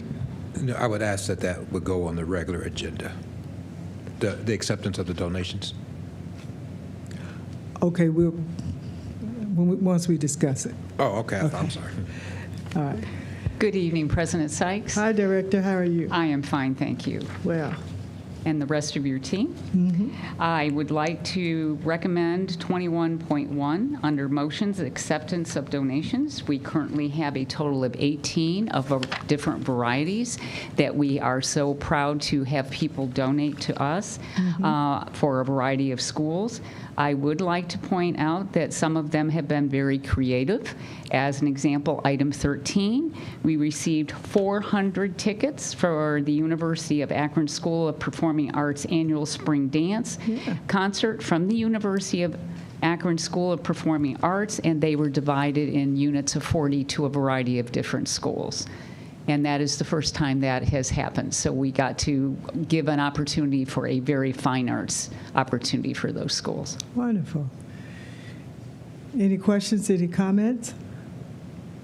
Hearing none and seeing none, is there any objections to placing this item on the regular agenda? I would ask, oh, no, you said regular agenda. Okay. We own it. This item will go on the regular agenda. Thank you.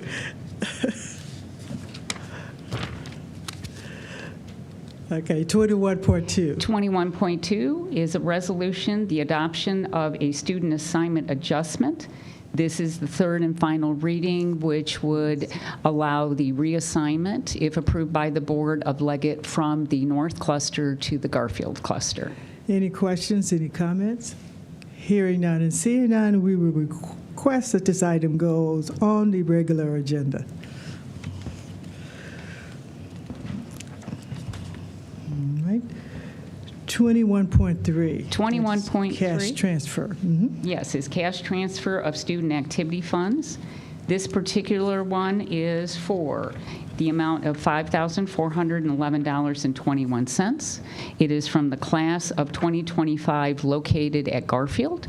They are transferring this from that particular class fund into the general fund, followed by the second part of this resolution, changing it from general fund back to the school support location fund 018 to Garfield. So the school is not losing the funding, they're just adjusting the account accordingly.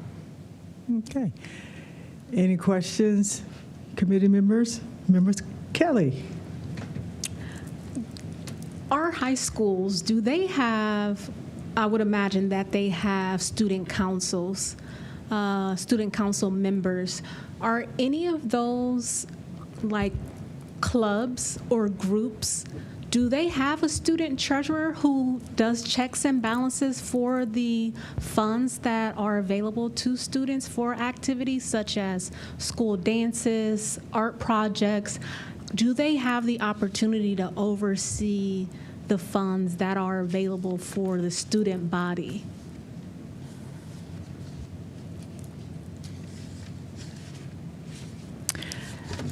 No, I'm not.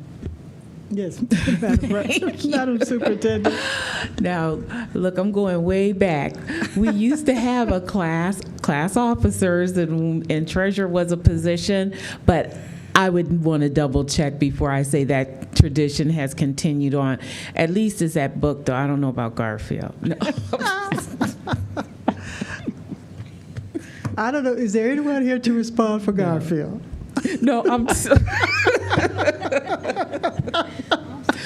But I will follow up because, yes, they do have officers, but treasurer, I will double check for you and let you know. President Sykes? Yes. And I'm only asking because I'm always so impressed with the dollar amounts that I see that the student body has access to and the amount of funds that's been raised specifically to be used for the activities that supports our student engagement. So it's no trick question. I just would like to know if they are involved in being able to see and to run checks and balances when it comes to the money, again, that is available for them. Okay. Member Kelly, each school also has a staff member that's a treasurer at their school. And so they're really the oversight of the money, but how much the students can play a part, that I would have to follow up for you, okay? Thank you. Okay. Thank you. So is there any additional questions or comments? Any objections to placing this item on the consent agenda? Hearing none and seeing none, we will request that this item goes on the consent agenda. 21.4, resolutions for the P. Buckley Moss Foundation for Children Education Grant. Yes, this is a resolution accepting the funds in the amount of $862.84 from the P. Buckley Moss Foundation for Children Education. And these funds will be used to support a project-based learning using math and art, creating a school-wide honeycomb of students for the Bridges location. Okay. Any questions, any comments? Hearing none, seeing none. If no objections to placing this item on the consent agenda, that will be the request of the committee. 21.5, resolutions. This is another resolution. This is the GPD Employee Foundation Grant. And this particular grant is awarded to the school district in the amount of $29,673 from the GPD Employee Foundation. And you will see 5 locations in the listing below in the resolutions that have received various amounts as they did apply for them. So as an example, Firestones is $5,000. It will go to the Roboteers Robotics Club. North's $5,500 is going to be funding Finding Our Voices, which is a mobile media tools program. Project Rise gets $7,500 to adopt a senior.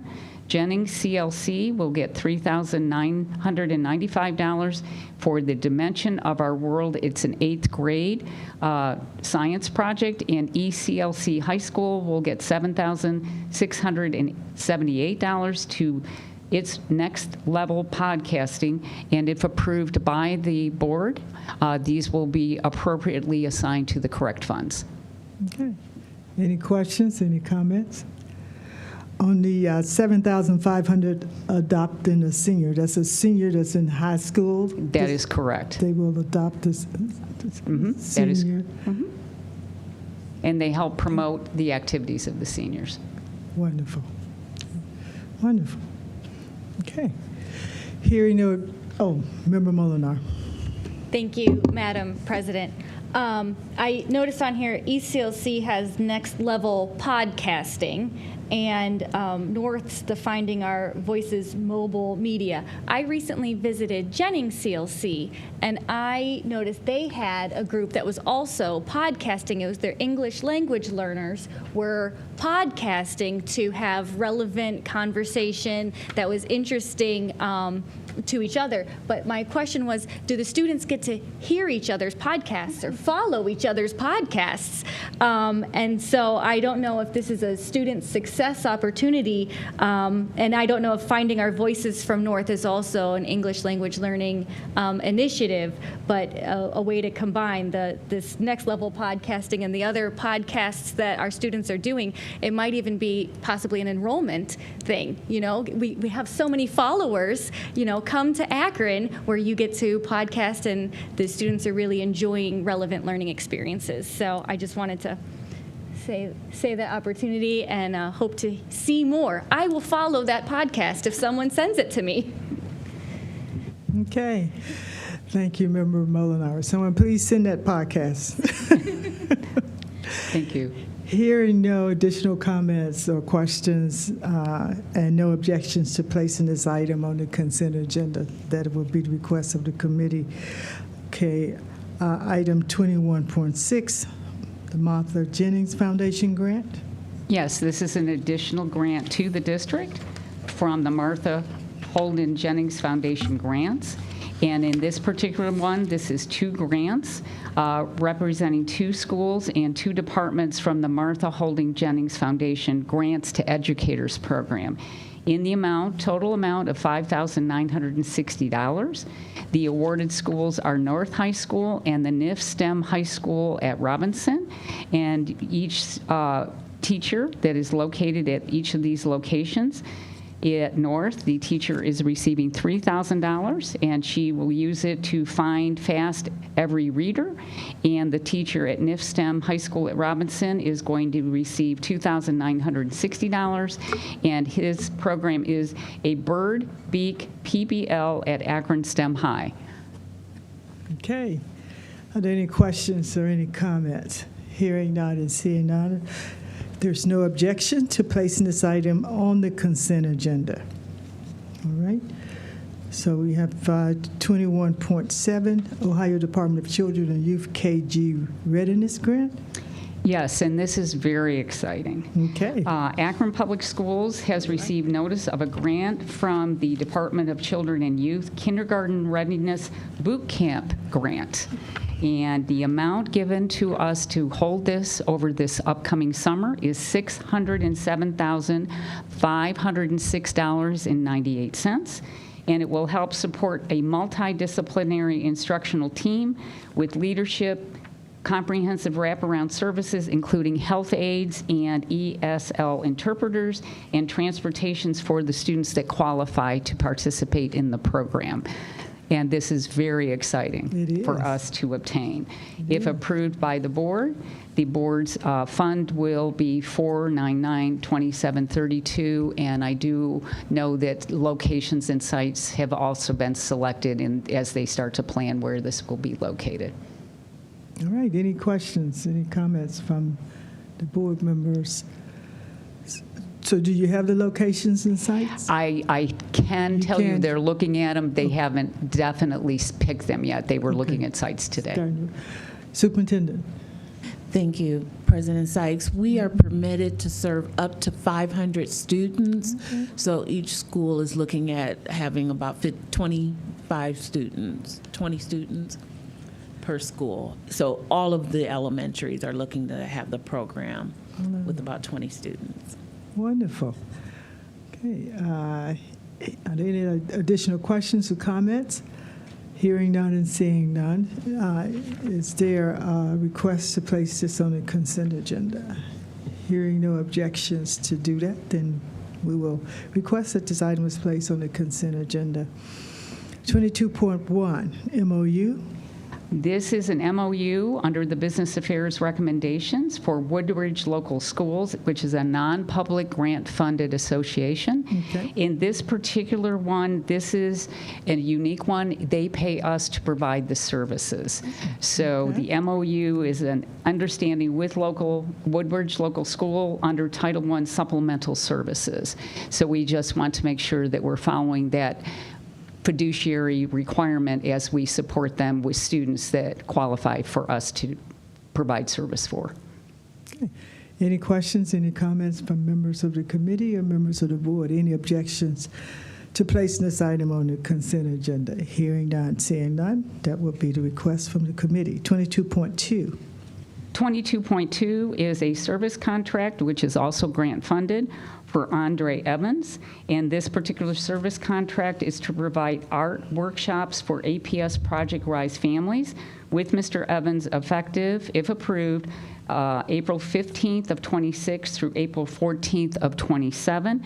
And the total cost is not to exceed $1,500 to be charged to the FY26 Arts Can Teach grant that has been received by Project Rise. Any questions, any comments, members of the committee? Any objections to placing this item on the consent agenda? Hearing none and seeing none, that would be the request. 22.3, Beach Boys Entertainment. All right. This particular item is a service contract for Beach Boys Entertainment Incorporated. It is entering into a service contract for DJ services for the Firestone CLC prom with this particular vendor effective May 8th, which is the night of the prom. Total cost not to exceed $950 and to be charged to Fund 200, which is the class of 26 expenses for this event. Wonderful. Any questions, any comments? Any objections to placing this item on the consent agenda? Hearing none, that will be the request of the committee. 22.4. 22.4 is Catapult Learning LLC. It is a service agreement, again, non-public and grant funded. And this is to provide academic tutoring and guidance counselor services to two non-public schools, which are listed below as St. Sebastian's and St. Vincent de Paul, which is the elementary level. And it is effective from April 14th of 2026 through May 20th of 26. And they will be, if approved, each school would get their appropriated assigned funds. St. Sebastian's would get $15,450. St. Vincent de Paul Elementary would get $6,950, and this is Title II funding, which they are allowed to use. Okay. Any questions, any comments? Member Molinar. Thank you, Madam President. As we prepare for the potential July Instructional Policy Committee meeting, I see Dr. Lash over there, and we talk about the funds that are going to, leaving our district and how there's a conversation of the money follows the child. I think this is a great example because from what I read of these items, it's training the teachers of the school. So this is professional development for all of the current teachers. So this is professional development that if this money were in this district, our teachers would be developed. And also this is not just benefiting the students that are following, it's not a direct benefit, but it's going across all of the students. So I think this is a great example of the money. So thank you. Any additional questions or comments? Any objections to placing this item on the consent agenda? Hearing none and seeing none, the request will be to place this item on the consent agenda. 22.5. 22.5 is a service contract for Eric Diaz. Mr. Diaz is to provide percussionist services to assist with rehearsals and performances associated with the May Festival. And this is effective April 14th through May 12th, which is the actual event of the May Festival. And the cost is $400 to be charged to the general fund. Okay. Any questions, any comments?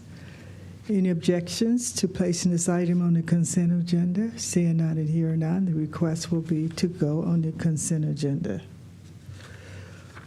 Okay, I see 22.6. I see it, the frontline technologies. I see that it is also listed under new business. So where do you have it? My understanding is my discussion with Pastor Harrison, he was bringing it before, and it should go under new business to be discussed. Okay, we'll come back to new business under that one. 22.7, Game Craze. Game Craze LLC is a rental agreement, and this particular rental agreement is to provide support for the Elliott CLC Senior Class Picnic to be held on May 20th, and Game Craze is an approved vendor to do an obstacle course, basketball, full press court, generator, and staff for this particular item during their picnic, and it is a cost of $2,000 to be charged to the class of 2026 expenses. Any questions, any comments, any objections to placing this under the consent agenda? Okay, hearing none. 22.8, Mercy Campbell. 22.8 is a service agreement for Mercy Campbell. This, again, is grant funded. It is a recommendation for a family literacy night presentation at Cyberlink CLC, on which Ms. Campbell will help and read items to the students during this discussion on family literacy. The cost is $350 and is to be charged to the Title I fund associated with Cyberlink CLC. This was selected by the staff. Okay, any questions, any comments? Any objections to placing this item on the consent agenda? Hearing none, seeing none. We request that this item go on the consent agenda. 22.9. Newegg.com. Yes, newegg.com is a purchase, also grant funded, for the recommendation of 26 desktop computers with all the associated monitors and everything that goes with it, for the Elliott CLC Engineering and Robotics program, which is under our College and Career Academy model. Pathways Computer Lab needs this support. Total cost is not to exceed $60,000, and it's to be charged to the Perkins grant. Okay. Any questions, any comments, any objections to this item going on the consent agenda?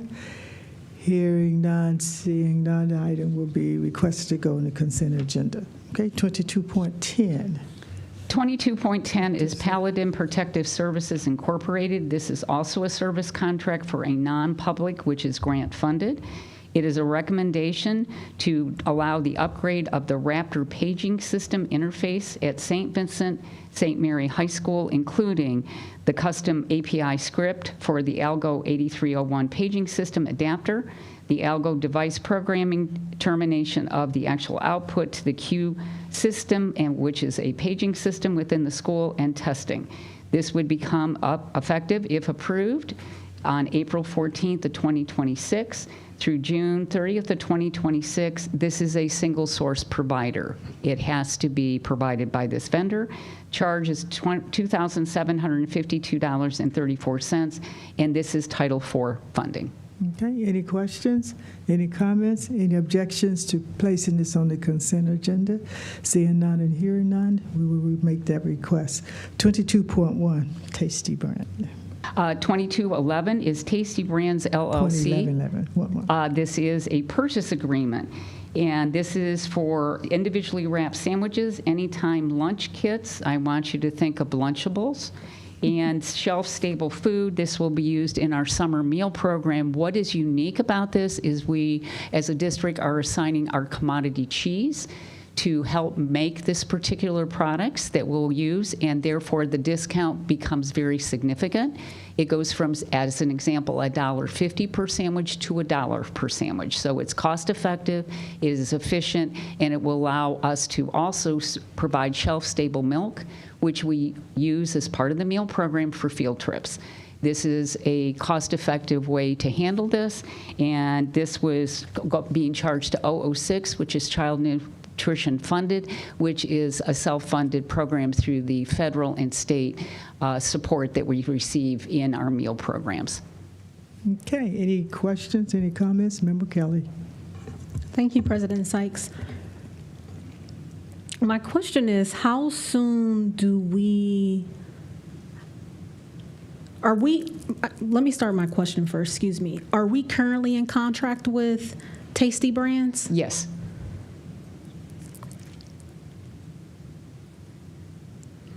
So we only use them during the summertime?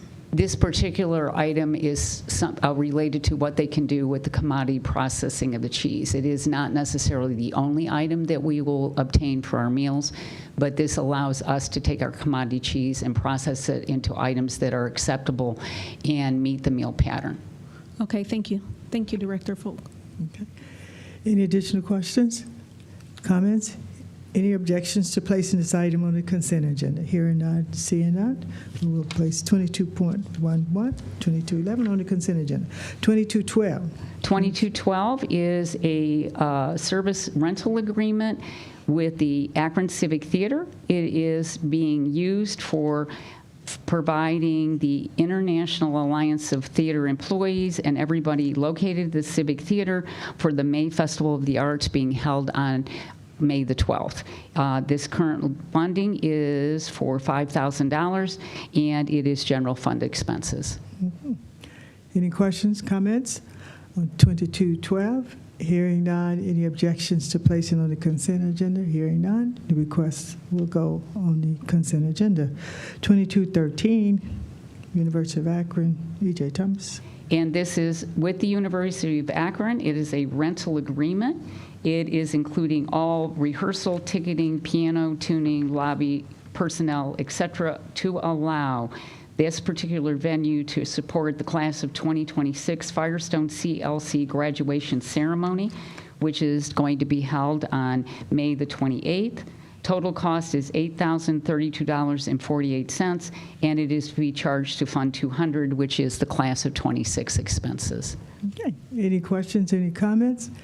Any objections to placing this item on the consent agenda? Hearing none, seeing none. The request will be that this item goes on the consent agenda. Okay. So we will go now to, let's see. We still have 2214. 2214. Vex Robotics, and this particular one is a purchase.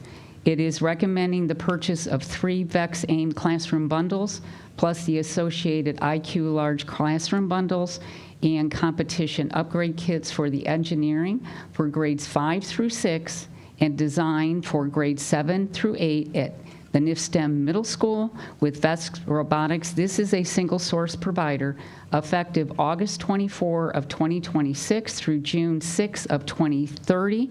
Total cost not to exceed $26,034.65. And this is to be charged to a specific grant the school holds. It's the Goodyear Tire and Rubber Company STEM grant that they have received. Any questions, any comments? Any objection to placing this item on the consent agenda? Hearing none and seeing none, we will request that this item goes on the consent agenda. All right, so now we will go under the, before we go to unfinished business and new business, let me go back to minutes of the last meeting, which I skipped. So is there a motion to accept the minutes from our meeting of, let's see, March 16th? So moved. Is there a second? Second. All those in favor? Aye. Aye. Ayes have it. So, unfinished business, new business. I actually think, Pastor Harrison, you was requesting that the one item Jennings release project be placed on the new business. What was your item? Thank you, Madam Chair. Madam Chair, I think that may have been a misunderstanding. Okay, good. I think that front line, it came before. I was just about to say that. Yeah, it came before the committee, and I asked that it came before the board for approval. Right. I asked that it be sent back to committee because there was policies involved with that. Okay. So we've had a meeting with Mr. Leonard, who actually does the work, and that is an appropriate expense. To not renew the contract, we would lose a great deal of information. So I would ask that would be put on the consent agenda for business affairs. All right. Any questions, any comments? Hearing none and seeing none, the item will be placed on the consent agenda. Thank you. So now we have under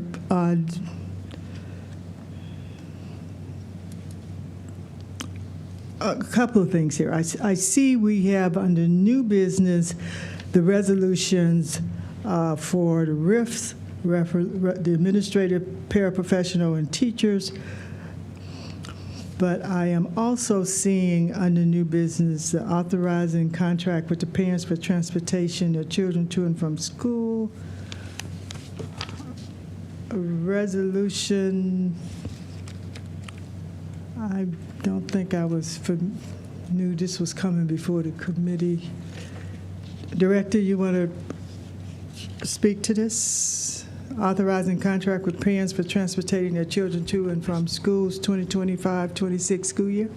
President Sykes, this is a contract with parents that have students that are eligible for transport, but we do not have the assets or cannot get them there on time. Okay. Each student is evaluated according to the 6 items that allows them to come under the payment in lieu statute. This is the 7th listing that we have brought before the board this year. Okay, any questions, any comments? Hearing none and seeing none, we will refer this to the regular agenda. Thank you. Okay. All righty. So now we're going to go, and I see that the resolutions are under new business, which is really not new business, so it would be under unfinished business. And so let's start with resolution, the administrative RIF list.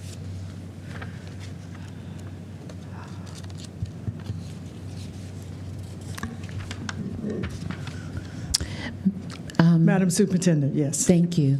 Madam President, members of the board, this is the RIF list. The first item is for the deans that have been identified, 6 deans, 1 at the middle school, and the other 5 are located at elementary schools. Any questions, any comments? Member Molinar.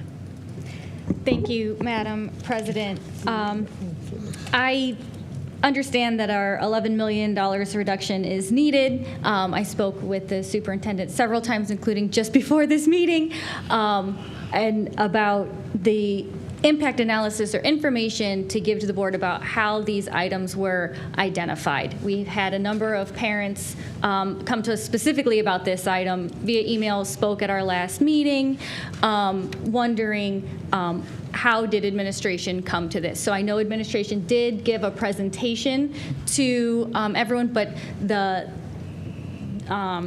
I guess the report or the data that led administration to the recommendations was not included in that presentation. So if you could just email to the board, or I don't know if everyone needs it, but if you're sending it to me, you might as well send it to everyone. Information on that, because we do have larger reductions ahead next year. And so I know going through this process and learning how to do this, from what it sounds like, especially from the families that came at the last meeting, one of these schools, for instance, on average, we might have a student-to-adult ratio of around 7 at most of the schools, but the parents that came at the last meeting, theirs is already at 10.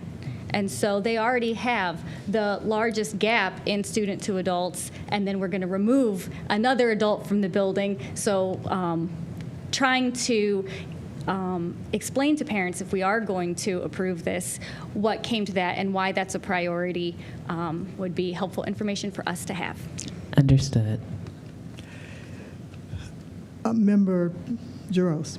Yeah, the one question I had is that we have 3 resolutions here that all relate to the full $11 million reductions. Mm-hmm. Now, the 3 resolutions total about $1.6 million, which is 15% of the entire $11 million of reductions. Is there a reason why we're only exploring 3 resolutions as opposed to the entire $11 million package? Superintendent. Thank you, Madam President. The other items could be itemized and brought back to the board, if that is the will of the board.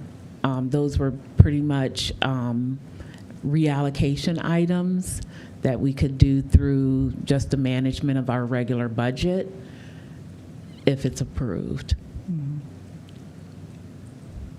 Any follow-up? No. Okay. Any additional questions? Any comments? Member Kelly.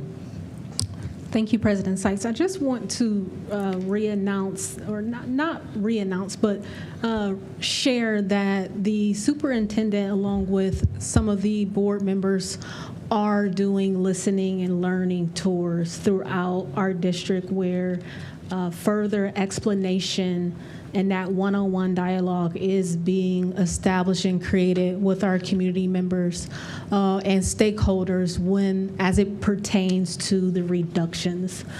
So Superintendent Ali, I don't have the dates in front of me, but for those community members that have questions specifically about the reductions and you're not able to make it to committee meetings and or the school board meeting, there are other opportunities available for you to meet with our superintendent, members of her team, and a school board member that are making themselves available for these I don't want to call them the listen and learn tours, because I see that you have sometimes that you're making yourself available during the lunch hour also. The lunch and learns. The lunch and learns are actually for students, and then the listen and learns are for our adults and any students and staff who come. But even if none of those times are good for their schedule, if they would just contact my office, we will make accommodations. Thank you. Thank you. Any additional questions, any comments, any objections to placing this item on the regular agenda? Hearing none and seeing none, item will be placed on the regular agenda. Resolutions 25.3, paraprofessional roof list. Madam President, members of the board, these are paraprofessionals that are currently on the RIF list that are being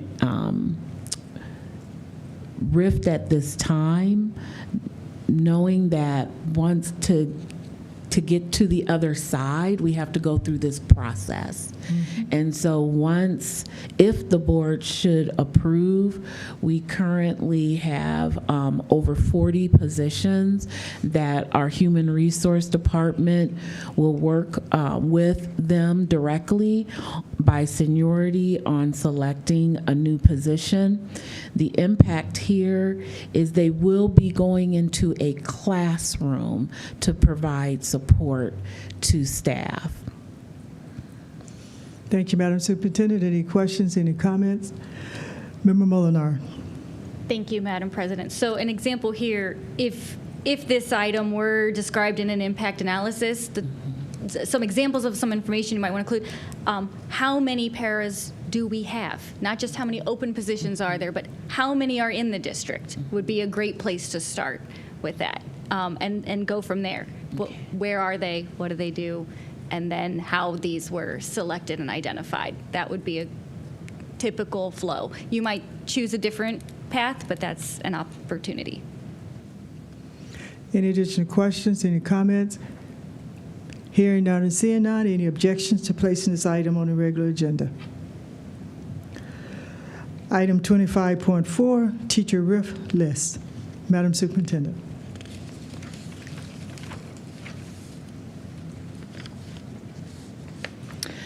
Madam President and members of the board, this last item is for an art therapist that we have in the district, which currently is serving students that receive the art therapy in addition to art. The law is mandating that the students have art. Although we do understand the value of art therapy, at this time, we are requesting to reduce this position and reallocate through the RIF process, give the opportunity to go into an opening, which would fit within her credentials. Thank you, Madam Superintendent. Any questions, any comments? Hearing none, seeing none, any objections to placing this item on the regular agenda? So the item will be placed on the regular agenda. Seeing no new business, any additional business to come before the committee, our next Rules Committee will be held on Monday, April 20th at 5:30 p.m. here in the Reverend Dr. Curtis T. Walker Jr. Boardroom. And can I have a motion to adjourn? So moved. Is there a second? Second. Second, we will, all those in favor say aye. Aye. Aye. Those opposed? No. We will adjourn at 6:51 p.m. And again, I apologize for the committee running late. Please stay tuned for the Policy Committee.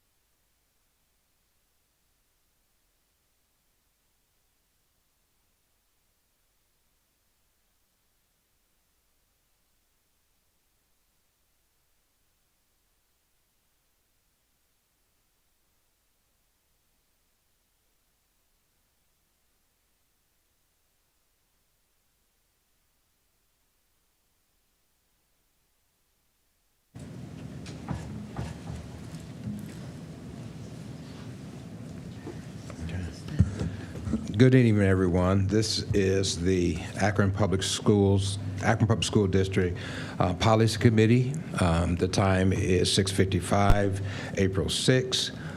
We will begin. With me is Dr. Brene Molnar and member Carmea Kelly. And we will begin with the approval of the previous meeting minutes. So moved. Second. We have a motion made and a second, and all in favor? Aye.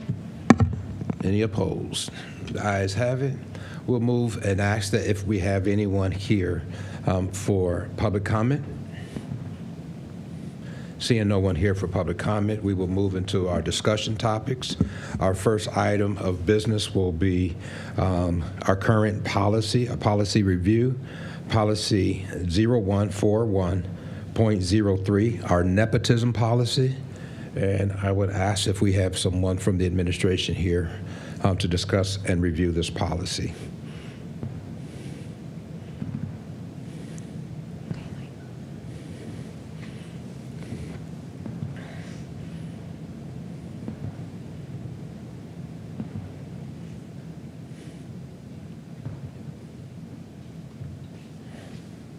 Good evening. I'm not sure what constitutes a policy review, but I'm here to answer any questions regarding the current state of the policy. Okay, well, the review, we would like you to cover the policy, what the policy says, the intentions of the policy, and we are having a review because we have gotten some complaints, and there seems to be different answers to the complaints, and so we would like you to review the policy, and then we will begin. We'll have questions possibly after your review. Sure, the nepotism policy is currently written. The administration position on the current state of the policy is that it is a prospective hiring-based policy, and that's supported by the Ohio School Board Association as well. We begin with the definition of family members, which mirrors Ohio Revised Code. As mentioned, this is a focus on hiring and employment actions. Each clause is focused on what to do when situations come up where we find someone that's in a position of interviewing or making decisions or securing job benefits. We are prohibiting that movement to, or that person to come under the supervision of a current employee. The prohibition applies to all full-time, part-time, temporary positions. The common goal of avoiding nepotism, as mentioned, this is one of those focuses where it's to avoid the appearance of impropriety, preferential treatment, or poor treatment. It is focused on making sure that we establish that trust with our employee base and our communities, that we are making these decisions when hiring or selecting a person for the position, that there will be no preferential treatment or abuse in those situations. Focuses in here on the how to avoid nepotism, the conflicts of interest, supervision reporting structure.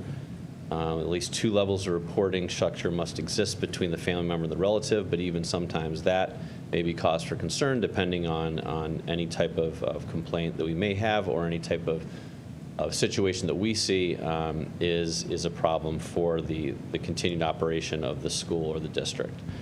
The final clause in here refers to transfers due to marriage. This is a common clause that's brought in nepotism policies, in which employees who work together, who become related through marriage, will work with human resources and department leadership to try to avoid that direct supervision conflict and try to transfer one of the 2 employees to another department or division when possible. Okay. Any questions from the committee members? So I have a couple of questions. When we speak of it being a forward hiring policy, can you explain that? just by how the clauses are stated, the intention behind this is that once approved, this policy comes into place, and every clause in here deals with some type of selection or hiring piece. Okay. So how do we handle if there is a current, okay, so the policy was in place November 24th, 2025. How do we deal with a current that were established prior to this? If we find that there's a current situation where we see elements of, say, preferential treatment or any type of appearance of impropriety, we would review the situation and the levels of supervision, who was involved, and to see what we needed to do about that. And if the answer lies with transferring one of those positions, we would take that on. Okay, thank you. My last question is, do we have administrative guidelines with this policy? We do not. As you know, I presented a draft of those to you this week. Okay. And so what is the timeline for those, that you will present those as we would move those forward? And I think a lot of what we are finding now is because it's clarity and the lack of administrative guidelines, I think will, so will the timeline. I guess that's the... The timeline would be at the pleasure of the board. I think that we've talked about some recent discussion regarding how administrative guidelines appear in our overall policies and how they reconcile with the board policy itself. We want to avoid, as we discussed, a reiteration of the policy within the administrative guideline. We want to focus more on procedures and processes with the administrative guidelines. So I think we need to take a deeper look at that in terms of our policies written correctly with the idea of how we want to move our administrative guidelines forward. Yes. So do you believe that this is an effective policy? As a hiring policy, this is an effective policy. For situations of what you're talking about, it probably does not cover those, nor would they in administrative guidelines, considering that this is focused on a hiring and employment-based policy. Okay, so I want to just add, I just want to be transparent. Sure. We have received complaints, but I'm not speaking to the complaints. I'm just speaking to the policy.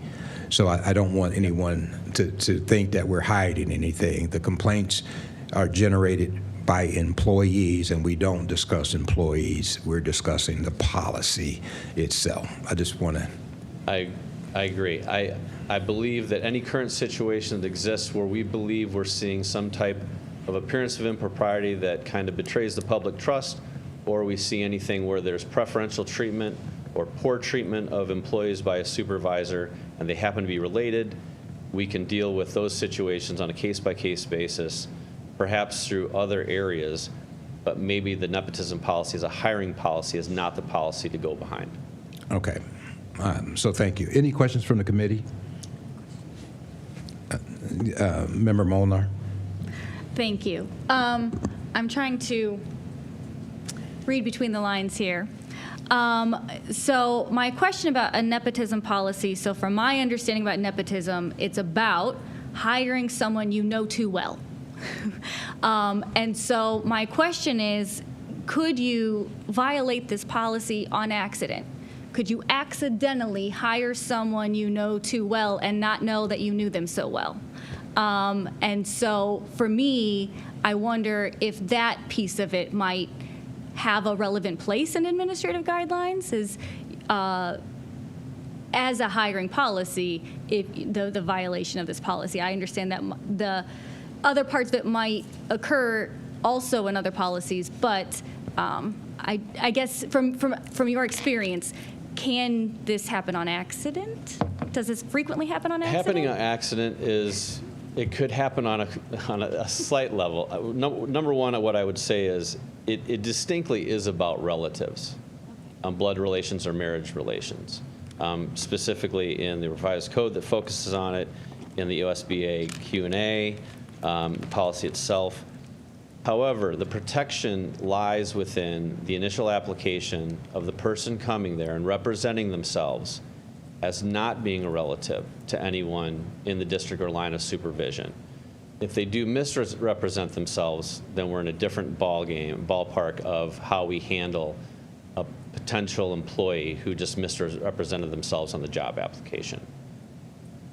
So if there's a mistake of the employee, the applicant that didn't read the application, perhaps, and then you'd have to give, I mean, you wouldn't be giving a lot of leeway there.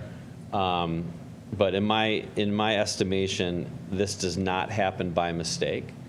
So, you know, we should be focused in on every hiring situation that we know, and it should be brought to the table and represented by the applicant themselves as they come in. I know there has been situations where an interview committee has not understood a relationship, didn't know about the relationship.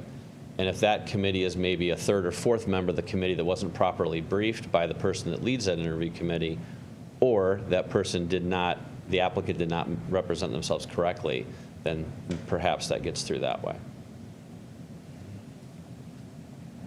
Any other questions? Member Kelly? Thank you, Reverend Harrison. Much of this conversation is new for me, and both the policy and the administrative guidelines has a lot of language in it that I would imagine a lot of people, they're not aware of it until something is brought up where we have to pull that policy, we have to review the administrative guidelines. How do we as a district moving forward, once we establish strong and effective policies that align with the administrative guidelines, how do we move forward with addressing concerns that were brought up while we were creating the policy or the administrative guidelines, and even prior to that? So we are aware of concerns that has been brought forth that some would say violates the administrative guidelines as it pertains to or relates to the nepotism policy or the administrative guidelines, excuse me. What does that look like for us? And how can we together address those concerns that were brought to our attention before? Because we're not done with this piece yet, right?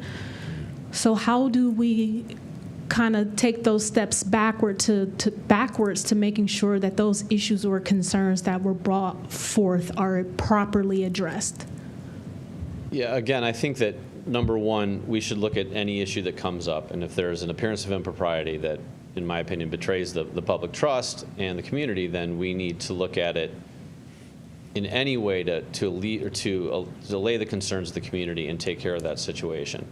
Again, the nepotism hiring policy may not be the route for that, so therefore it may not be the administrative guidelines, but it doesn't go to say that we can't look to amend current conflict of interest policy or staff ethics policy to include such language, and specifically in administrative guidelines, you know, we could probably provide, or it would give us a little bit more room to address certain situations. Okay, and then we'll move this on, but I would say to you, Mr. Canfield, that this is not a staff ethics policy, and although we do have that contained in there, I think we have too many policies contained in 4 or 5 policies. I would think that this policy is nepotism, and as I read the revised code and their statute on nepotism, I would look at this policy and say that we need to strengthen this policy, because it does not say it's a hiring policy. It says it's a nepotism policy.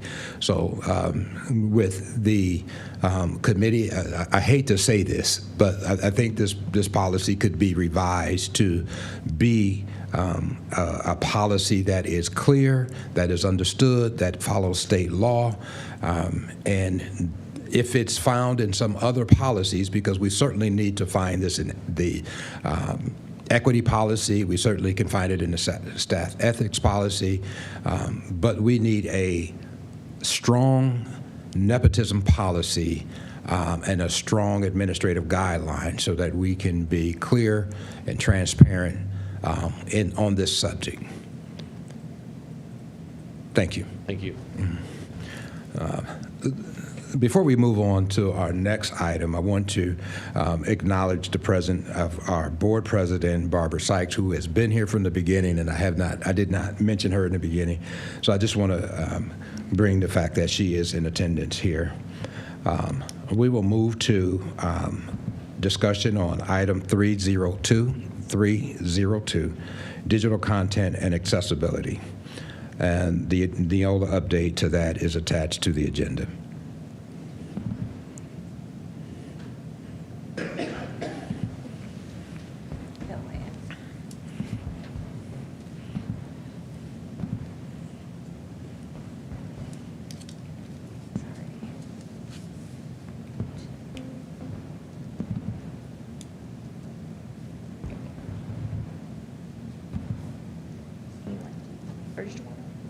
Which one would you like? Okay.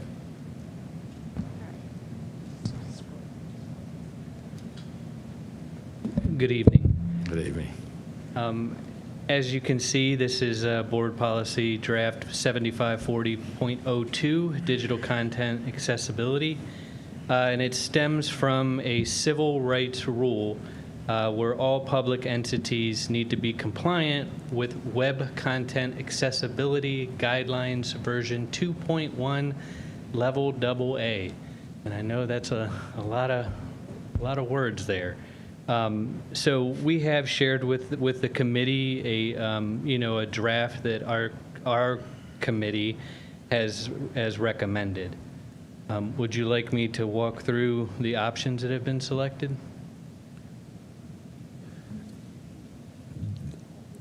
Well, we have still discussion on this, and so when you say the options that have been selected, can you explain that? Sure. So ultimately, in the Neola policy, they present options. And, as a part of the collaborative work, we had a committee that got together and have made a recommendation that has been shared and is in the agenda.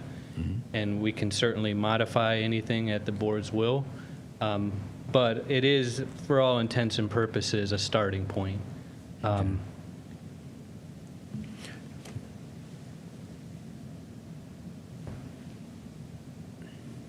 So I can summarize them because I have them kind of in my head. So one of which is when a person with a disability requests some support from Akron Public Schools, how long do we have to respond to that?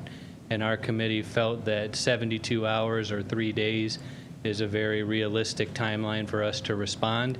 It may not include the resolution of their need because their need is vast in scope, right? It could require the purchase of assisted technology. It could require us to research, cutting edge solutions for their concerns. So we feel that 72 hours would be plenty of time for us to respond, find out what the situation is. The policy also mandates that we have a way for people to seek support, right? So I'm a family, I need support with something on our website, and we actually have added on akronschools.com a way for the community to reach out to us. And when someone fills out that quick form, it goes to our entire team. So based on people's technical ability, they'll respond accordingly.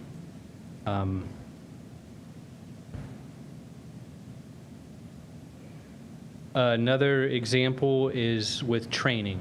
So the policy does mandate that new staff will attend training, and that is going to be embedded into new faculty orientation. So we will also be providing periodic training for staff who are involved in public-facing content. So for example, our web team, our communications department, they will need a more intensive training than a classroom teacher because our classroom teachers are not, for the most part, creating public-facing websites. So there will be ongoing training as well as periodic and regular reviews of our digital content to make sure that digital content that's being produced is WCAG compliant. And probably the most applicable example is with a PDF file, right? So if I'm a teacher and I go to the copier and I scan a PDF file as an image, that cannot be used with assistive technologies, and that document is now non-compliant. So we'll be providing training for teachers to make sure that we're creating handicap accessibility documents as well as alt text, right? So when I hover over an image, any picture you can think of, it needs to provide a description of that image. So if I'm visually impaired, I can with my reader, it will tell me that, oh, that's a shooting star. So that's the type of ongoing training that will be done, as well as a periodic review of all of our content. So, okay. And that would include our board meetings. So can you speak to that? sure. So if we just take a look at this PDF document here, this is an actual PDF document. It is not an image.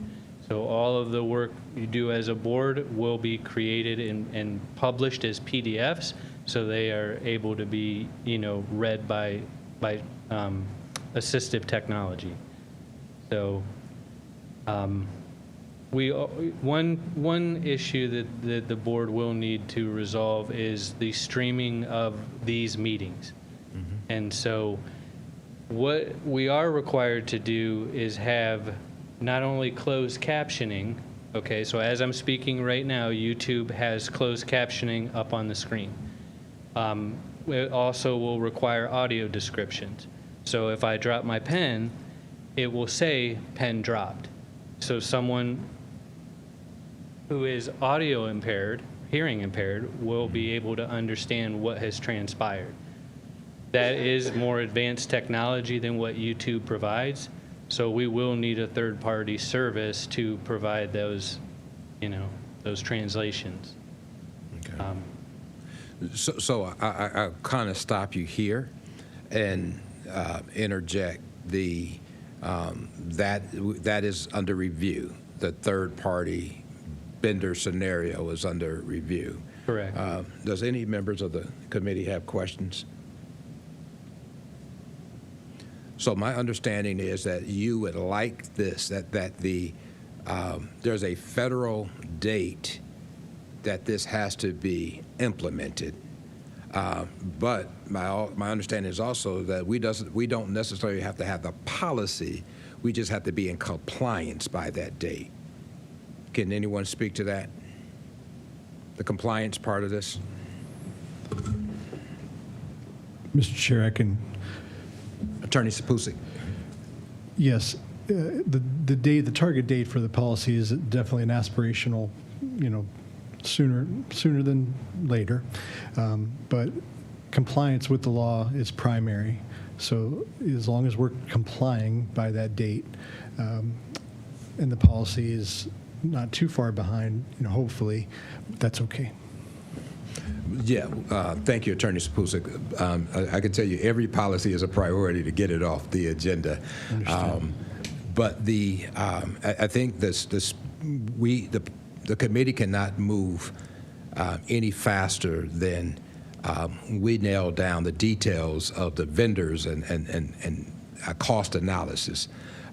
So I will hand this back to you and ask that you get with the committee, and I know you have talked with members of the committee and members of the board, and so we would ask that you would really look at the aspects so that we can be in compliance by the date that we need to be in compliance.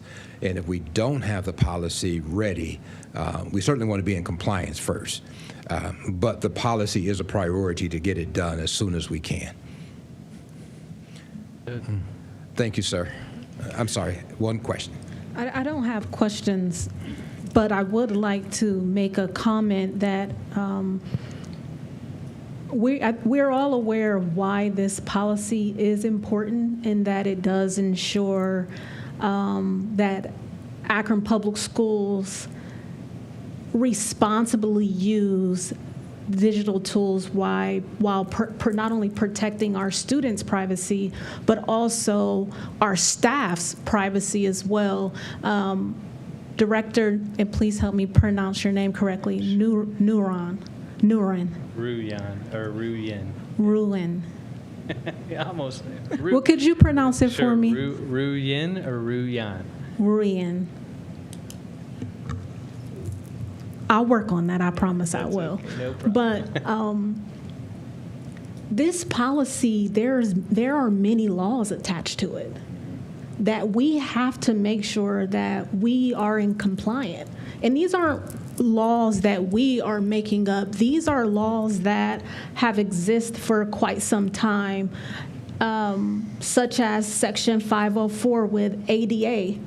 So it's very complex, and we have to make sure that we get this correct. There was conversation earlier about a financial component that will be tied to this. We had some school board, members of the board that sought out services that appear to be much more cost-effective than the current contract that we have. So those are the specific details that I personally believe, while reviewing and working on this policy, is the reason why it is going to take us some time. So I thank all of those that are working on this policy, and also the committee members for their patience, because we're trying to get this right. And I think the only way to do that is to thoroughly take our time, whether it's asking each other questions and or cross-referencing other policies, and also making sure that we are following the law. So something very specific as to a pin being dropped, and making sure that we have the technology to make the announcements for someone that might be visually impaired, where our programming can say pin drops. Something like that sounds very simple, but it's not. So again, making sure that we are in alignment with what the law requires us to do is why it is so important that we take our time with this policy, but also to make sure that we are within that allotted time frame to make sure that our website is up to date and the technology that we're using in our classrooms are up to date, and that are meeting the needs not just for one student, but thousands of students that might fall under that category of having a special needs, to where they need technology like this to support the ways that they learn. So that was my little piece, but thank you, Reverend Harrison. Thank you, and thank you, Mr. Ruyan. Chair Harrison, may I? Yes. Thank you, Chair, Mr. Ruyan. When you say 72 hours to respond, is that 72 hours to simply acknowledge that you received a question or a request? It would take you 3 days to do that? Is that what you're saying? Well, so in tech services, I think you'll find we're a highly efficient machine.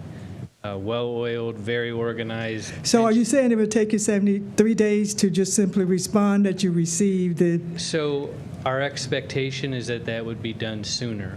However, for example, last week was spring break, and many staff were out on holiday break. If the person with the technical ability to remediate the concern is out of office, then we would need time to get back to them. So in the end, the recommendation from the committee that 72 hours is very, very realistic. However, our expectation is that would be done much sooner. Thank you. Oh, sure. So, Mr. Chair, what I would recommend is that we put a time limit on that, not to exceed, because what I'm hearing is that we have someone call us for service, and just simply saying that we will, within 3 days, we will respond, and that response could simply be, we heard your question. Now, in that response, we could also say, we heard your questions, but we do need time to research this information and to find out and to find the appropriate person to get back to you. But the thought of leaving a person out there with a simple call to say, I would like service from the Akron Public School, 3 days seems to be a bit excessive for an individual, and poor customer service for an individual to expect to wait to hear someone to even just receive a call back. Because that's what I hear, call back. Well, it's also important to note that when does the 72 hours start? So if I did it Friday night at 6 p.m., we literally do not have staff on call.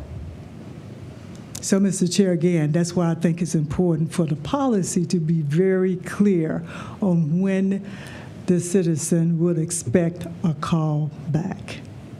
Yes. Understand, and point well taken, and I think that is one of the, to President Sykes, that is one of the serious points that we are discussing in committee. So thank you. Member Molnar? Thank you, Member Harrison. I don't want to belabor this conversation too much because this is coming back, but in preparation for it to come back, I do think it's important to acknowledge that compliance with the law needs to occur before this policy comes back, because compliance with the law is in April of 2026. So there are things that our district has started and needs to continue to do as we continue to build this policy. And so I'm hoping that when it comes back, our administrative guidelines will reflect the things that our district is doing and has done in order to be compliant. Because our old policy that we are trying to revise here was for web content. And so one of the biggest changes in this policy is we're changing it to digital content. Well, what's the difference between digital content and web content? Well, if you look at our current AGs, it's just about the website. But it isn't just the website. Our social media is one of our most vulnerable areas. More than the focus on the board meetings, our social media needs to be compliant. Our emails need to be compliant. If we're attaching things to emails, those need to be compliant. If we have little things underneath our signatures that are really cute, it needs to be compliant. So it's everything that we're doing. And so how is that compliance being communicated, right? And this is where, as Member Harrison mentioned, this is where the cost comes in. You know, are we going to do what other schools have done and spend a lot of money, and the price is increasing now on the items where you can see, oh, I have a green check mark, this is compliant, or I have a red frowny face, this is not compliant. Whatever I made in Google Classroom is not compliant. You know, is that an investment that is going to be recommended to the board? That is part of the guidelines and why it's important for that to be more further developed before that's brought to us. And as Member Sykes mentioned, that callback time, we don't currently have someone on call. Does that become a priority? That's the type of information to come back to us. But the really good news is we're not alone. This is a federal requirement. Everyone in the state has to do this. You know, there are other districts, and we are an OSBA school. And so there are other districts that are going through the same thing, and they're reaching out to them. Might have opportunities for us, as Member Kelly mentioned. You know, board docs alone is one opportunity that might save us a lot of money and compared to other services. But we would need to see those recommendations and how that would play out in the guidelines. So, thank you. Thank you, Mr. Ruyan. Our next item is item 3.03. 3.03, and this is our public records policy. And as we would review this policy, this is one of the policies that we believe is ready to move forward to the Rules Committee. So I will allow Attorney Sapusik to give us an update in the revisions of the public records policy. Thank you, Mr. Chair. Is it okay if I do it from the dais? Thank you. So the board has provided a lot of helpful information and support and some additional language to the current public records policy. It includes a definition section with requests for information that's been added. The other definitions compliant with RC 149.43, which is the Ohio Public Records statute. Under availability of records, we have timeline and prompt inspection that's been referenced. And then on requests for records, they do not need to be in writing, can have a verbal request that ultimately should be noted and logged. Even though the initial request is verbal, that's still a valid records request. Acknowledgement of requests, as President Sykes said in the preceding policy, generally not to exceed 3 business days on the initial acknowledgement receipt. And then denials and redactions, again, will include reasons supporting the denial or redaction in the response to the requestor. A new section that's been included now will be a prohibition on the evasion of public record requirements. And that's regarding, and again, maybe Mr. Ruyan can be a little more specific on the technology piece, but there are certain methods that can be incorporated in Google email and communications where messages auto-delete or potentially, technically disappear, for lack of a better technical phrase, or encrypted messaging applications that can be used to evade, again, creation and retention. So the policy now has a clear prohibition on that type of technology being used. Fees will currently remain the same. Regarding 10 cents per page of copies and downloading of files at $1 per disk. And then another section that has been added new to the policy that I think is very good and sound is the board member access and records repository language that's been added to the new policy. So again, it creates a centralized repository for location and storage of board records, and that's something that was not in existence prior. So I think that'll be another beneficial addition here to this policy as well.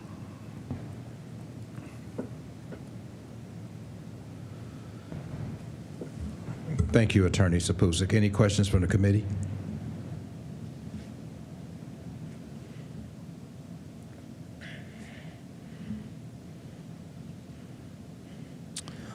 Seeing no questions, any recommendations on this policy?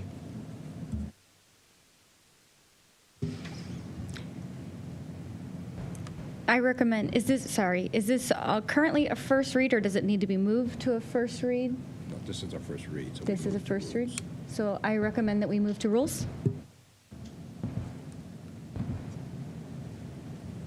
Second. We have a motion to move this policy to rules, and we have a second. All in favor? Aye. Any opposed? Yeah.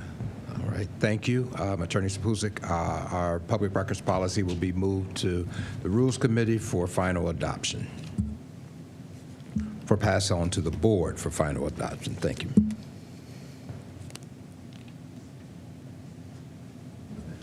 Our next policy review would be our public complaint policy, and that policy is, our item number is 3.04, policy number 9130, issues management and public complaint policy.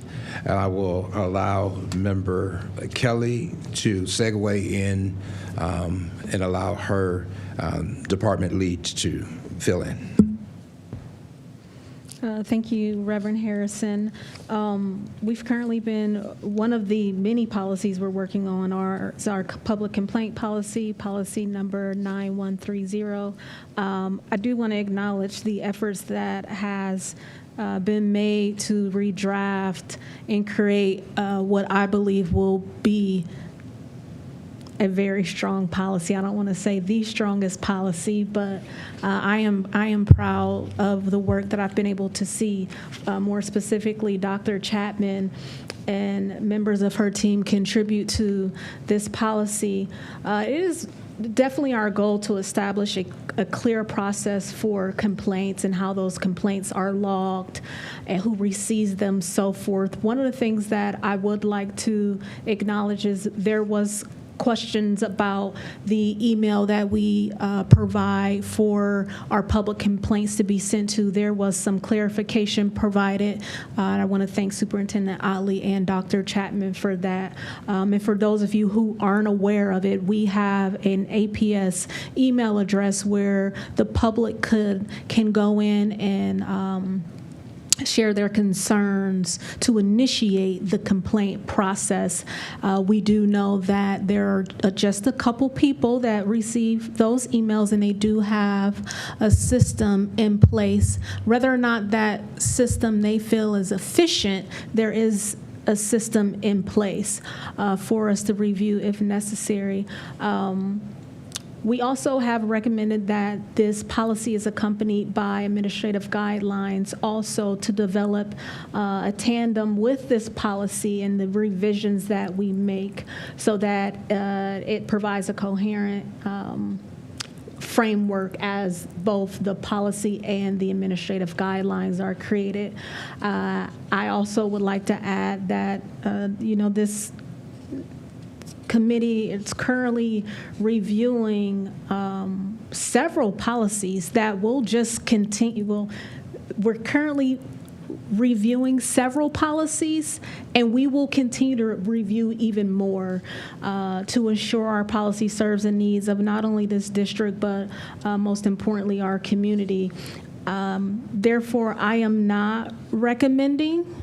We will hear Dr. Chapman out, but at this moment, I'm not recommending that we move this policy forward at this time. There is still work that has to be done. To my committee members, I don't believe we will need much time, but there is still more framework that has to be done. I also want to acknowledge that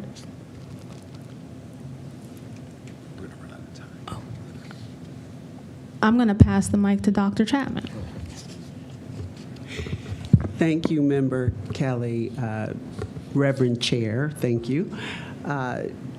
Member Kelly is correct that this is the very first draft, the first take on a public complaint policy. What you have in your hand is the combination, and what is shown on the screen is the combination of work that our team members, my community relations team, Stancy Sykes and Penny Pledikopich and Jennifer Kafka and Jennifer Montesano started to build, and then Attorney Sapusik sent us a Neola template. So what you have in front of you is the combination of two policies that were being worked on at the same time. Our committee with the superintendent and Member Kelly met and merged those two policies together. I'll just say that our current issue management policy, 9130, is 3 sentences. So I think to have gone from 3 sentences with a brief commitment about resolving problems to an actual process, I give all credit to our team for really working through this.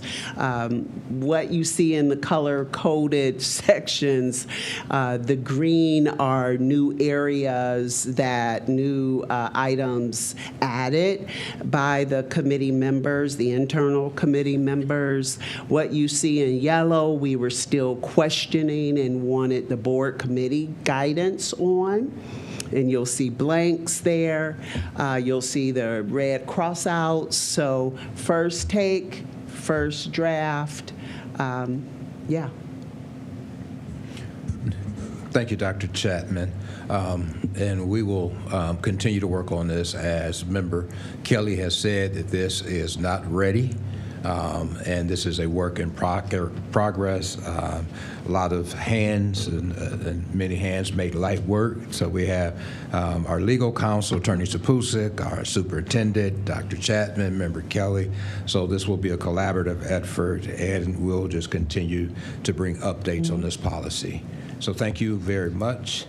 And now we will move to, I'm sorry. Yes, Superintendent, I'm sorry. Thank you. I just wanted to give Dr. Chapman an opportunity, just very briefly. We also have shared this with parents and the community, so I didn't know if she wanted to speak to that. Yes, Member Chair. In the interest of a public complaint policy, we have been in the community at a Ward 2 meeting where we shared this. Akron Council of PTA have put their eyes on it. I even gave a copy to Dr. Goggins sitting there in the audience.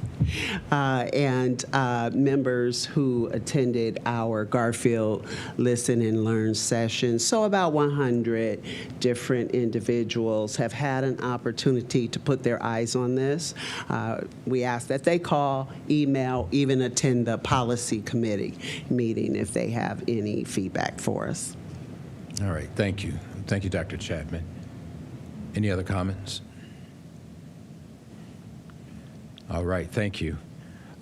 We will move to item 3.06. I'm sorry, 3.05 at the administrative leave policy, which is a new policy. And we will have Director Canfield, Chase Canfield. Good evening again. This is the latest version of the administrative leave policy. Would you like me to go through the policy? Just briefly give us the highlights, because it's more administrative towards employees, so you can give us the highlights of it. Okay, so this defines basically the concept and the act of placing an employee on administrative leave as a non-disciplinary temporary employment action. This is used, as described before, to protect students, staff, integrity of district operations, as well as the integrity of any investigation that may ensue, and incorporate employee due process into that. This goes into detail in terms of the scope, all employees being affected, goes into the ability of the board to focus in on the two employees. Under their employee, the superintendent and treasurer also focuses in on how the superintendent and legal counsel and human resources will work together to define if this is ever necessary for any employees.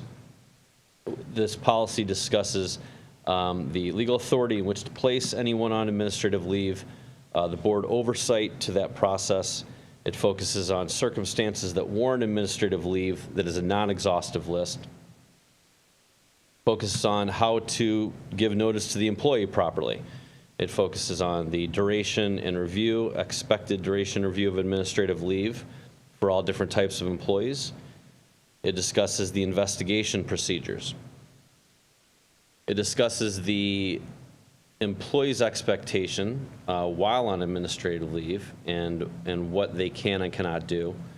And it focuses on how to bring someone back from administrative leave as well. And there's a few other sections that focus on general housekeeping measures like confidentiality, record keeping, and such. Okay, thank you. Any questions from the committee? We want to thank you, Mr. Canfield, and just briefly, administrative leave is a tool that the district has used historically. It's an administrative tool for, as you say, to protect not only the employees, but the students, the district as a whole. And this policy is just a policy. We are now just getting the process in a policy, but this is something, it's a new policy, but this is something that the district, this is a tool that the district has used. That is correct, and all districts use this tool. This is simply memorializing for the benefit of employee and the public to understand exactly what we're doing. All right, thank you. Any questions? Do we have any recommendations on this policy? I recommend to move this to the Rules Committee. We have a motion to move this new policy, the administrative leave policy, to the Rules Committee. Is there a second? Second. We have a motion and a second. All in favor? Aye. Aye. Any opposed? This policy will be moved to the Rules Committee for consideration to be placed on the agenda. Our next item will be item 3.06, policy 6325, procurement and federal grants funds. And I will allow member Dr. Molnar to head that policy discussion. Thank you. And I think Director Falk is making her way to the podium. We worked on policy 6325 for a couple of months, so please give us the update. Before you right now is the actual current policy that is in place, and we have worked to go ahead and merge two issues with this one, some updates from Neola, and I wanted to make sure you had the original copy of both the policy and the administrative guidelines, and they are attached in the agenda. So as you can see, this is currently what's in place. This started out originally, as we are aware, last fall. We started to bring this procedure to you in December when we were with Mr. Alexander as a head of the committee at that time. So this is the originals that we provided to you, and if you let me go down and get to the next set. Okay. So Heidi, we need to have the merged one. We'd like the merged one, please. Was the final clean copy. Oh, is that the clean copy? Sorry. That's okay. You want the merged? Yes, I do. Here's the current policy. There's the clean. 25? 25. Mm-hmm. There we go. Mm-hmm. There we are. Thank you. What is currently is the work that we have done together with comments from Dr. Molnar and I. The items in the kind of rosy red and scratch outs are changes that Neola said we could remove. The greens are the updates that they feel that we should add. And then you will see the yellow is what we've had comments and we have been discussing. The blue items we took from the comments that were provided and tried to put them in the correct location. Some are just thought processes that clarified the policy going forward. As an example, you'll see the first sentence was a suggestion by Chairman Harrison, and we felt that that should be the first opening statement of the revised policy. We have some discussion going on with the yellow in the second paragraph that talks about fair, competitive, transparent, and we shall utilize that. This is the focus of the policy. The third paragraph is the word direct use of procurement. We wanted to make sure that was part of the information we had taken. And then the next part are the businesses as currently listed under the Neola. So what was there before did have minority businesses, women's enterprises. We are now adding small businesses, veteran-owned businesses, and labor surplus area firms. And that is a recommendation from Neola to meet the new standards for the use of federal grants and funds. As we move down on this, whoops. Okay. I'd like to This is a rather extensive policy. It is extensive. And so I will ask you to give us the highlighted updates and not go through the entire policy. So truly, we have gone ahead and consolidated this correctly because there was an update in 24 and again in 26. Some of the revised codes have actually changed the levels of certain things that we should have as an appropriate, as an example, the then and now certificates, and some revised code under Ohio that says when we should competitively bid, which you will remember Pastor Harrison, the committee worked on last August, so that it was now updated then at $75,000. Now it is, because it does have some allowance for inflation cost, it's now $77,250. So those are the items that we have truly gone through. This goes in through everything from small purchases, which are called micro purchases, to then and now certificates, up to competition and when you should bid, and that has also changed the levels to be more compliant with the federal standards. So we would like you to continue to read this policy as the administrative suggestions that we are making. We are not quite completed with this one yet, but we would like to also add that we did find the administrative guidelines, and part of the administrative guidelines, which was interesting, is exactly what we thought would have to be added for businesses, and we were already in compliance, and then they added a new section. So this is very, very extensive, as you have noted. Thank you, Director Folk. I would inquire, I know we went back and forth with this a lot, and I would inquire, it was my understanding that this was ready to move out of committee, and I will ask Dr. Molnar to speak to that. Yes, I think the clean copies are here for 6325 and 6320, so the policies are ready. Some of the administrative guidelines, we might come back on the administrative guidelines, but the policies are ready. That is correct. And the other thing that I would like to notice is we also have been working with Neola, and there are some additional administrative guidelines that were released last Friday that will be helpful for both of these policies. All righty. Thank you, Director Folk. And, thank you. I'm going to take a vote on this, but I'm going to keep you right there. Okay. Okay. So we have policy 6325, procurement federal grants funds. Is there a recommendation on this policy? Yes, the recommendation is to move this with the other policies to the April 20th Rules Committee. We have a motion on the floor to move this to the Rules Committee. Second. And we have a motion and a second. I'm sorry.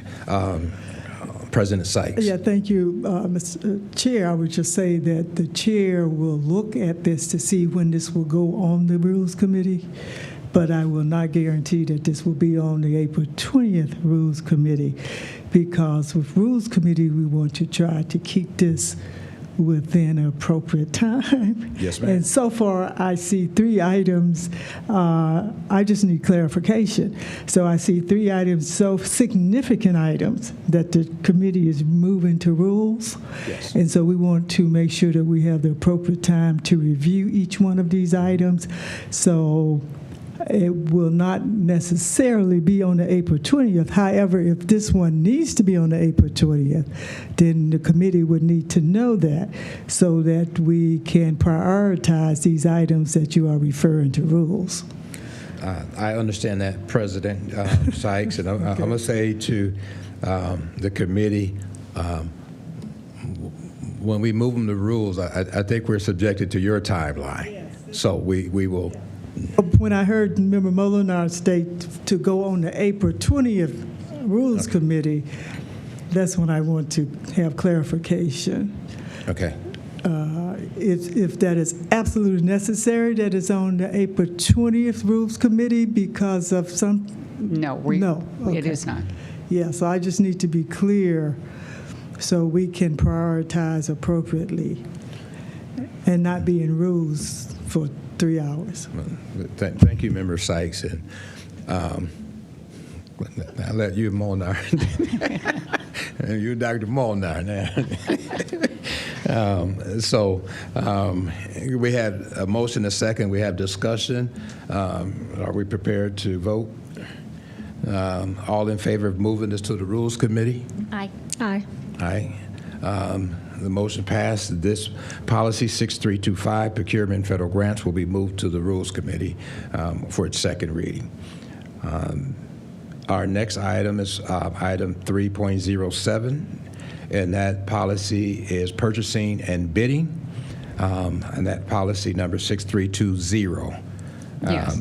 Member Molnar. Thank you, Member Harrison. Policy 6320 also began as a Neola update and was related to some of the things that we were doing in 6325, and so we worked on them in tandem. And so Director Folk, I think, is going to bring up and give us just a couple of the highlights, and then we do have a clean copy prepared for this one also. Actually, this is a very easy one to do. We had already gone through this, and the board had approved a refashion of this in August 11th of 2025. And when going through 6325, there was a release for update very similar to what happened on 917, which allowed a statute allowing increase in the amount that before we had to bid. This is basically what we're doing, is cleaning it up and aligning it to both the statute here in Ohio, because this is not only federal statute, it's also our general practices. So we wanted to bring them to the board at the same time, along with then the associated administrative guidelines.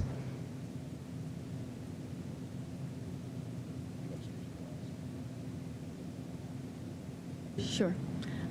So besides the change in price minimum that was from the Neola update, we also made a few highlights on the large purchases and board review. The one thing that we wanted to still bring to your attention is the then and now certificate.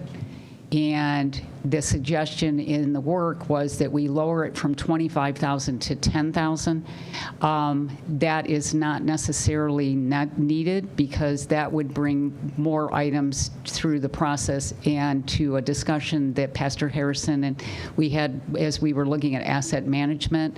We wanted to certainly bring items appropriately to the board, but we didn't want to stop the process. So the then and now certificate, in working with the treasurer, he felt that the $25,000 should remain, not to be lowered to 10.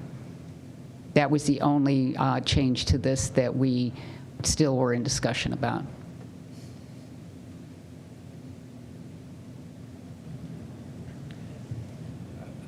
Go ahead.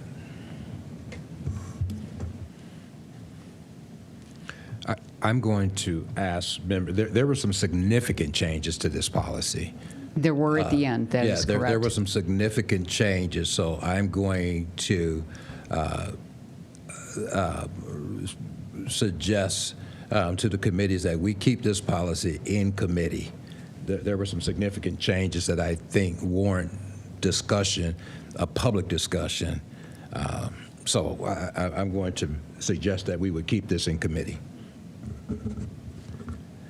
So thank you, Director Folk. Thank you. We will keep this in committee and work on this a little more.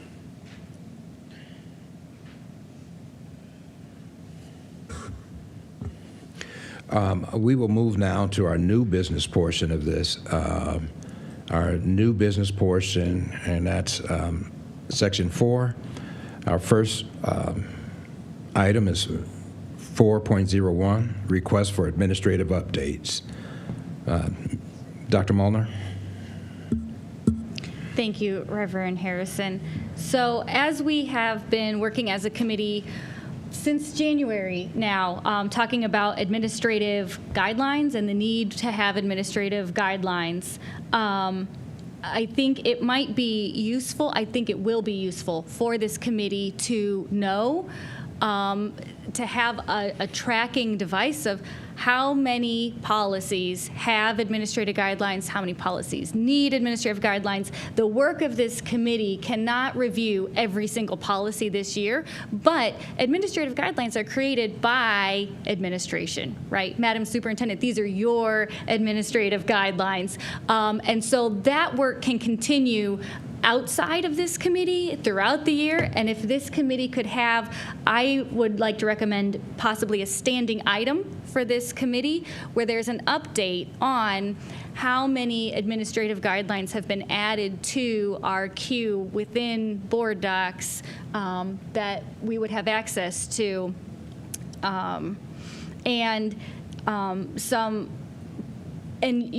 So one of the things in here is identifying what policies have administrative guidelines, and then if they're you might want to come up with a consistent format for the administrative guidelines. What should our administrative guidelines contain? What's important within our administrative guidelines? So for instance, who's the responsible administrator? What title, what role is managing this guideline?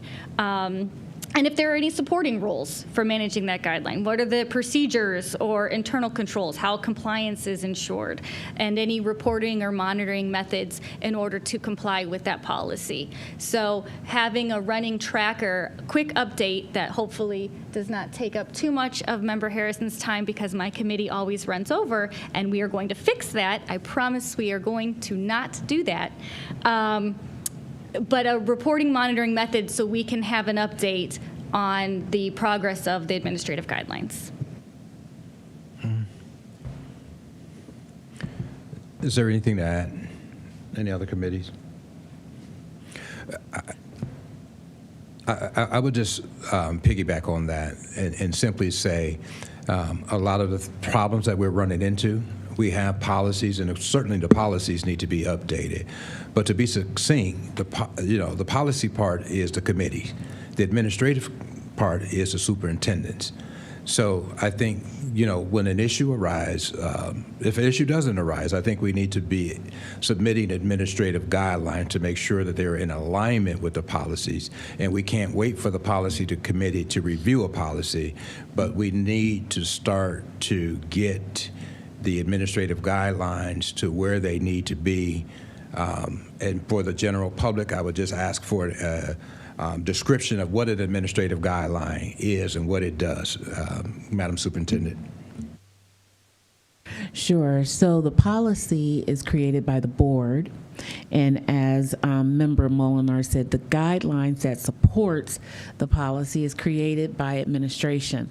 So think of it as the policy set is the law, but then the guideline is like, how do we ensure we're following the law? What steps? So it breaks it down. And so we'll make sure we've started. I want to just say at a blush, I want to say there's over 400 policies and about 200 that do not have an administrative guideline. So that's sort of like a benchmark. So we know that we're getting better by closing that gap. Thank you, Madam Superintendent.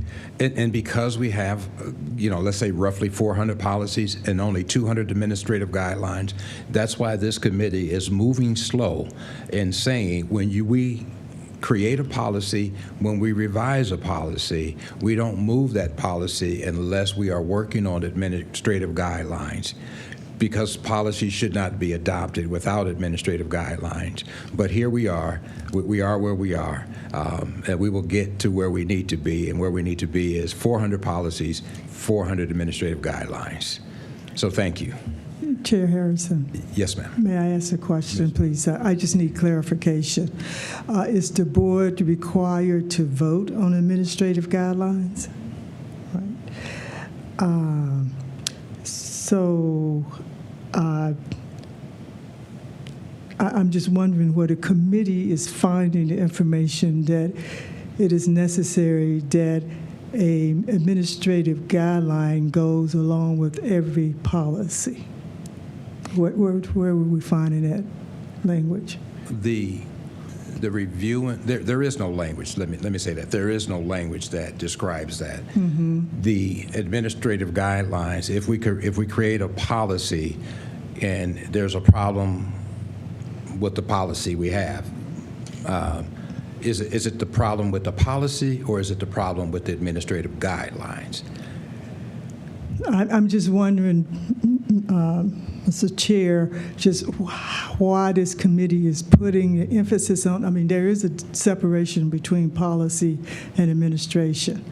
And so when we hire the superintendent and she hires her staff, that they are responsible for making sure that they carry out our policies per how they decide to do that. So I'm just wondering why this committee is getting into reviewing administrative guidelines for every administrative policy, for every policy. I don't understand why we're spending our time on that and just not on policy. We're not reviewing administrative guidelines. We're saying when we adopt a policy, we want administrative guidelines with the policy. That's my question. Why?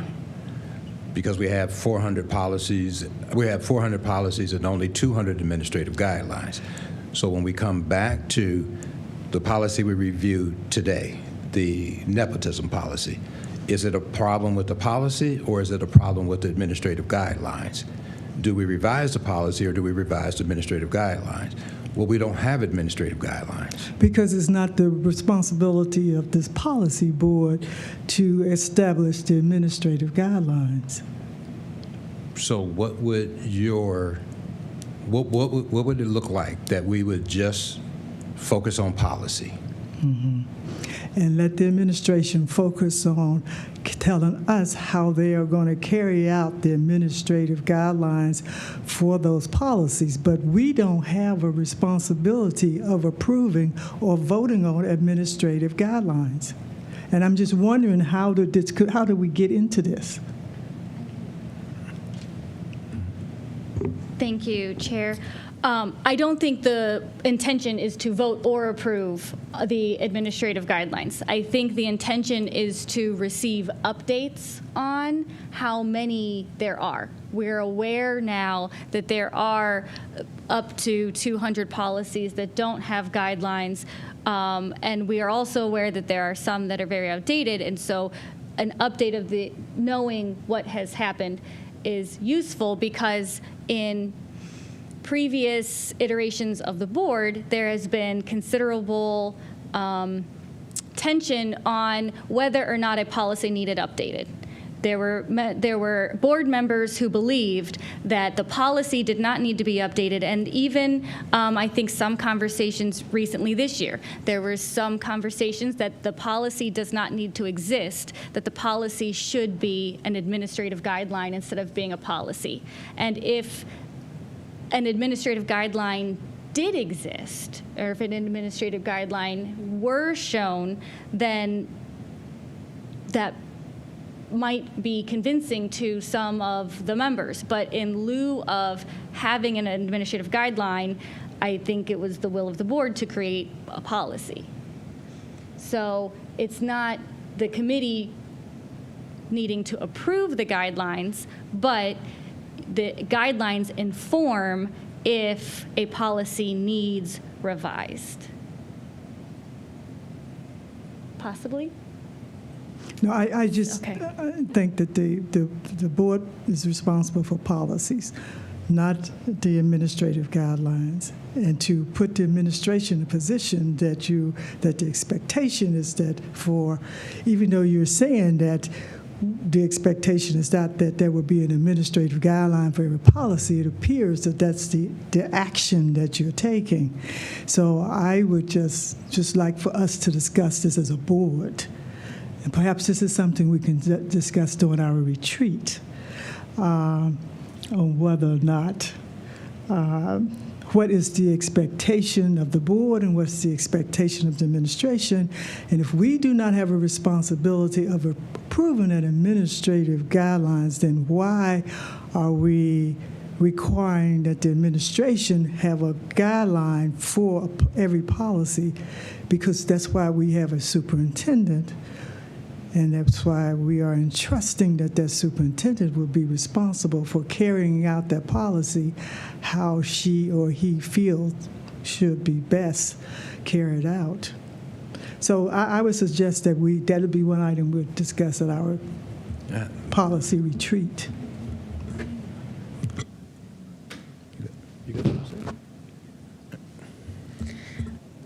To my understanding, President Sykes, is specifically when I think about the policies that I'm working on, and I'll talk about policy 9130, the public complaint policy. It wasn't from my understanding, it wasn't to control or to not control, but to suggest that the administrative staff or the superintendent update the administrative guidelines to fit the policy or vice versa. It was to make sure that the policy and the admin guidelines aligned with each other. So that way the language is just as, it's reflective in both the guidelines and the policy. Now, I will use this as a moment to be educated on this matter, and definitely in support of your recommendation to move this conversation to our retreat. But I did not want to leave the committee members hanging without at least sharing my understanding of why you're hearing both policy and administrative guidelines. Yeah, I think the appropriate place would be for the board members to discuss it amongst ourselves. All right, absolutely. Yeah. So we'll discuss that at the retreat. So our next, are we good with the discussion? Our next item is item 402, policy 7540.09. And I believe Mr. Runyon, I say it different every time, artificial intelligence, which is a new policy. It is new, and it is exciting, very exciting. So, like I mentioned in Friday notes last Friday, all school districts in the state of Ohio are required to adopt an AI policy by June 31st, 2026. So the Neola policy that you see before you is based on a few different priorities. So number one being academic integrity and ethical use by not only students, but also staff. So we have academic integrity and ethical use. Then it's focused on data privacy and security. So for example, under no circumstances are we allowed to upload student personally identifiable information into ChatGPT. And the students should not do that either. So data privacy and security is a big focus of the policy. And then importantly, AI literacy and workforce readiness. So how are we going to leverage this amazing technology to improve student achievement as well as the efficiency of our organization? And then the fourth bullet point is equity and access. So making sure that we're providing equitable access to all of our AI tools that we're utilizing. So our hope is that we are required as a part of the policy to have a committee. Our committee is meeting tomorrow at 2 p.m. So we're going to move very quickly. We have been evaluating a variety of AI tools. So we plan to be able to make a recommendation as soon as possible. And we would like to come back to this committee in May and do a presentation to help summarize our recommendation and hopefully be able to move the policy forward. Dr. Molnar. Thank you, Chair Harrison. So in 2023, Henshaw was Director of Technology. So in 2023, he brought to the board 3 policies, 7540.02, 7540.03, and 7540.04. And within those policies, there were lots of topics included, like the WCAG guidelines and accessibility is nested within those policies, and also AI use for students is nested within those policies, and also AI use for staff and training is nested within those policies. So were any of those policies, reviewed in creating the other 2 policies that were brought to the committee today, or are those policies going to be edited if we adopt these other 2 policies that are being brought to the board? Well, that's a great question, and I did summarize that for Mr. Sapusik. So I can forward you that summary that did compare and contrast the applicable policies you mentioned.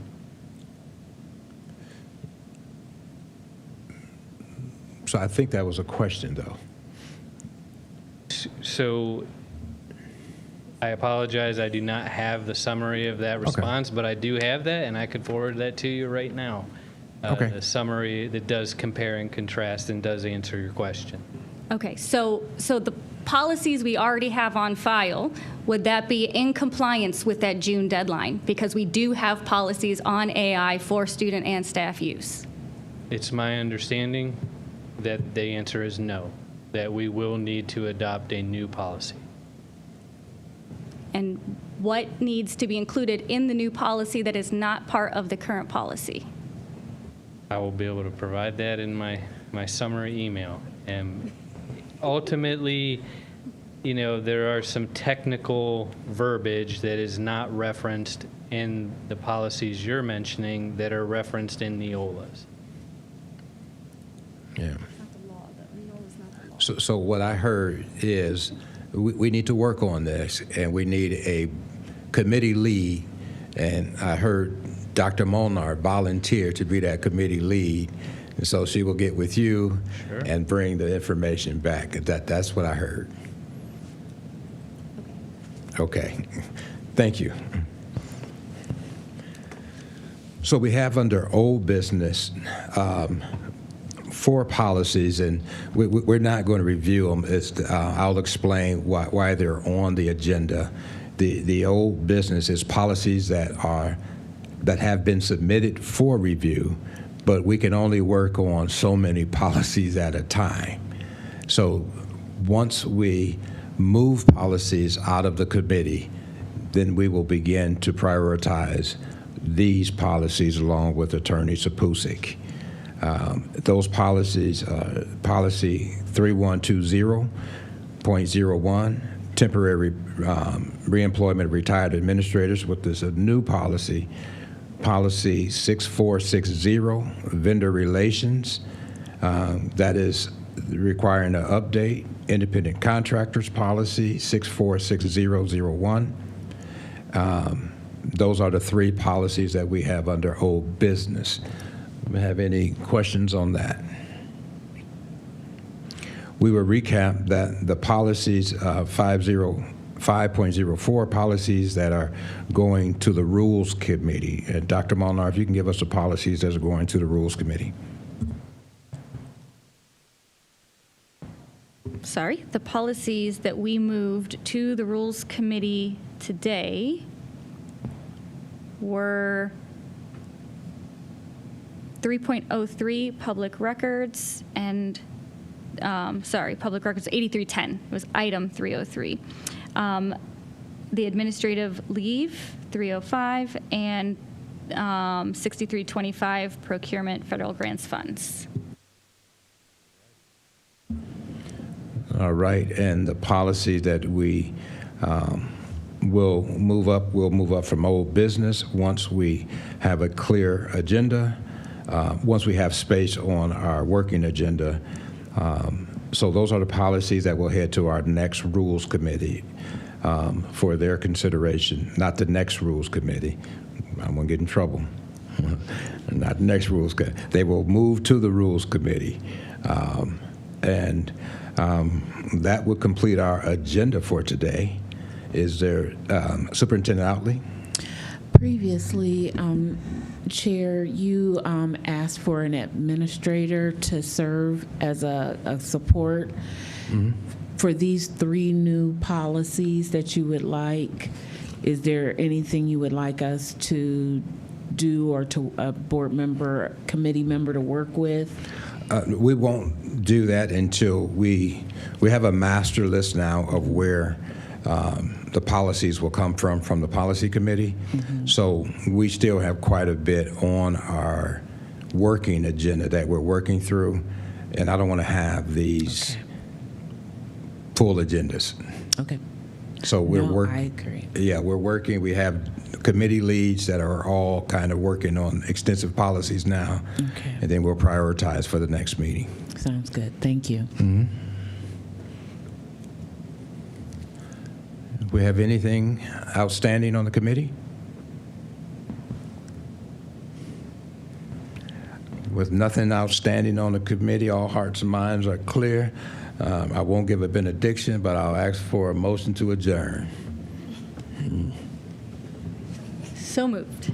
We have a motion to adjourn, Second. a second. All in favor? Aye. Aye. Those opposed, stay here.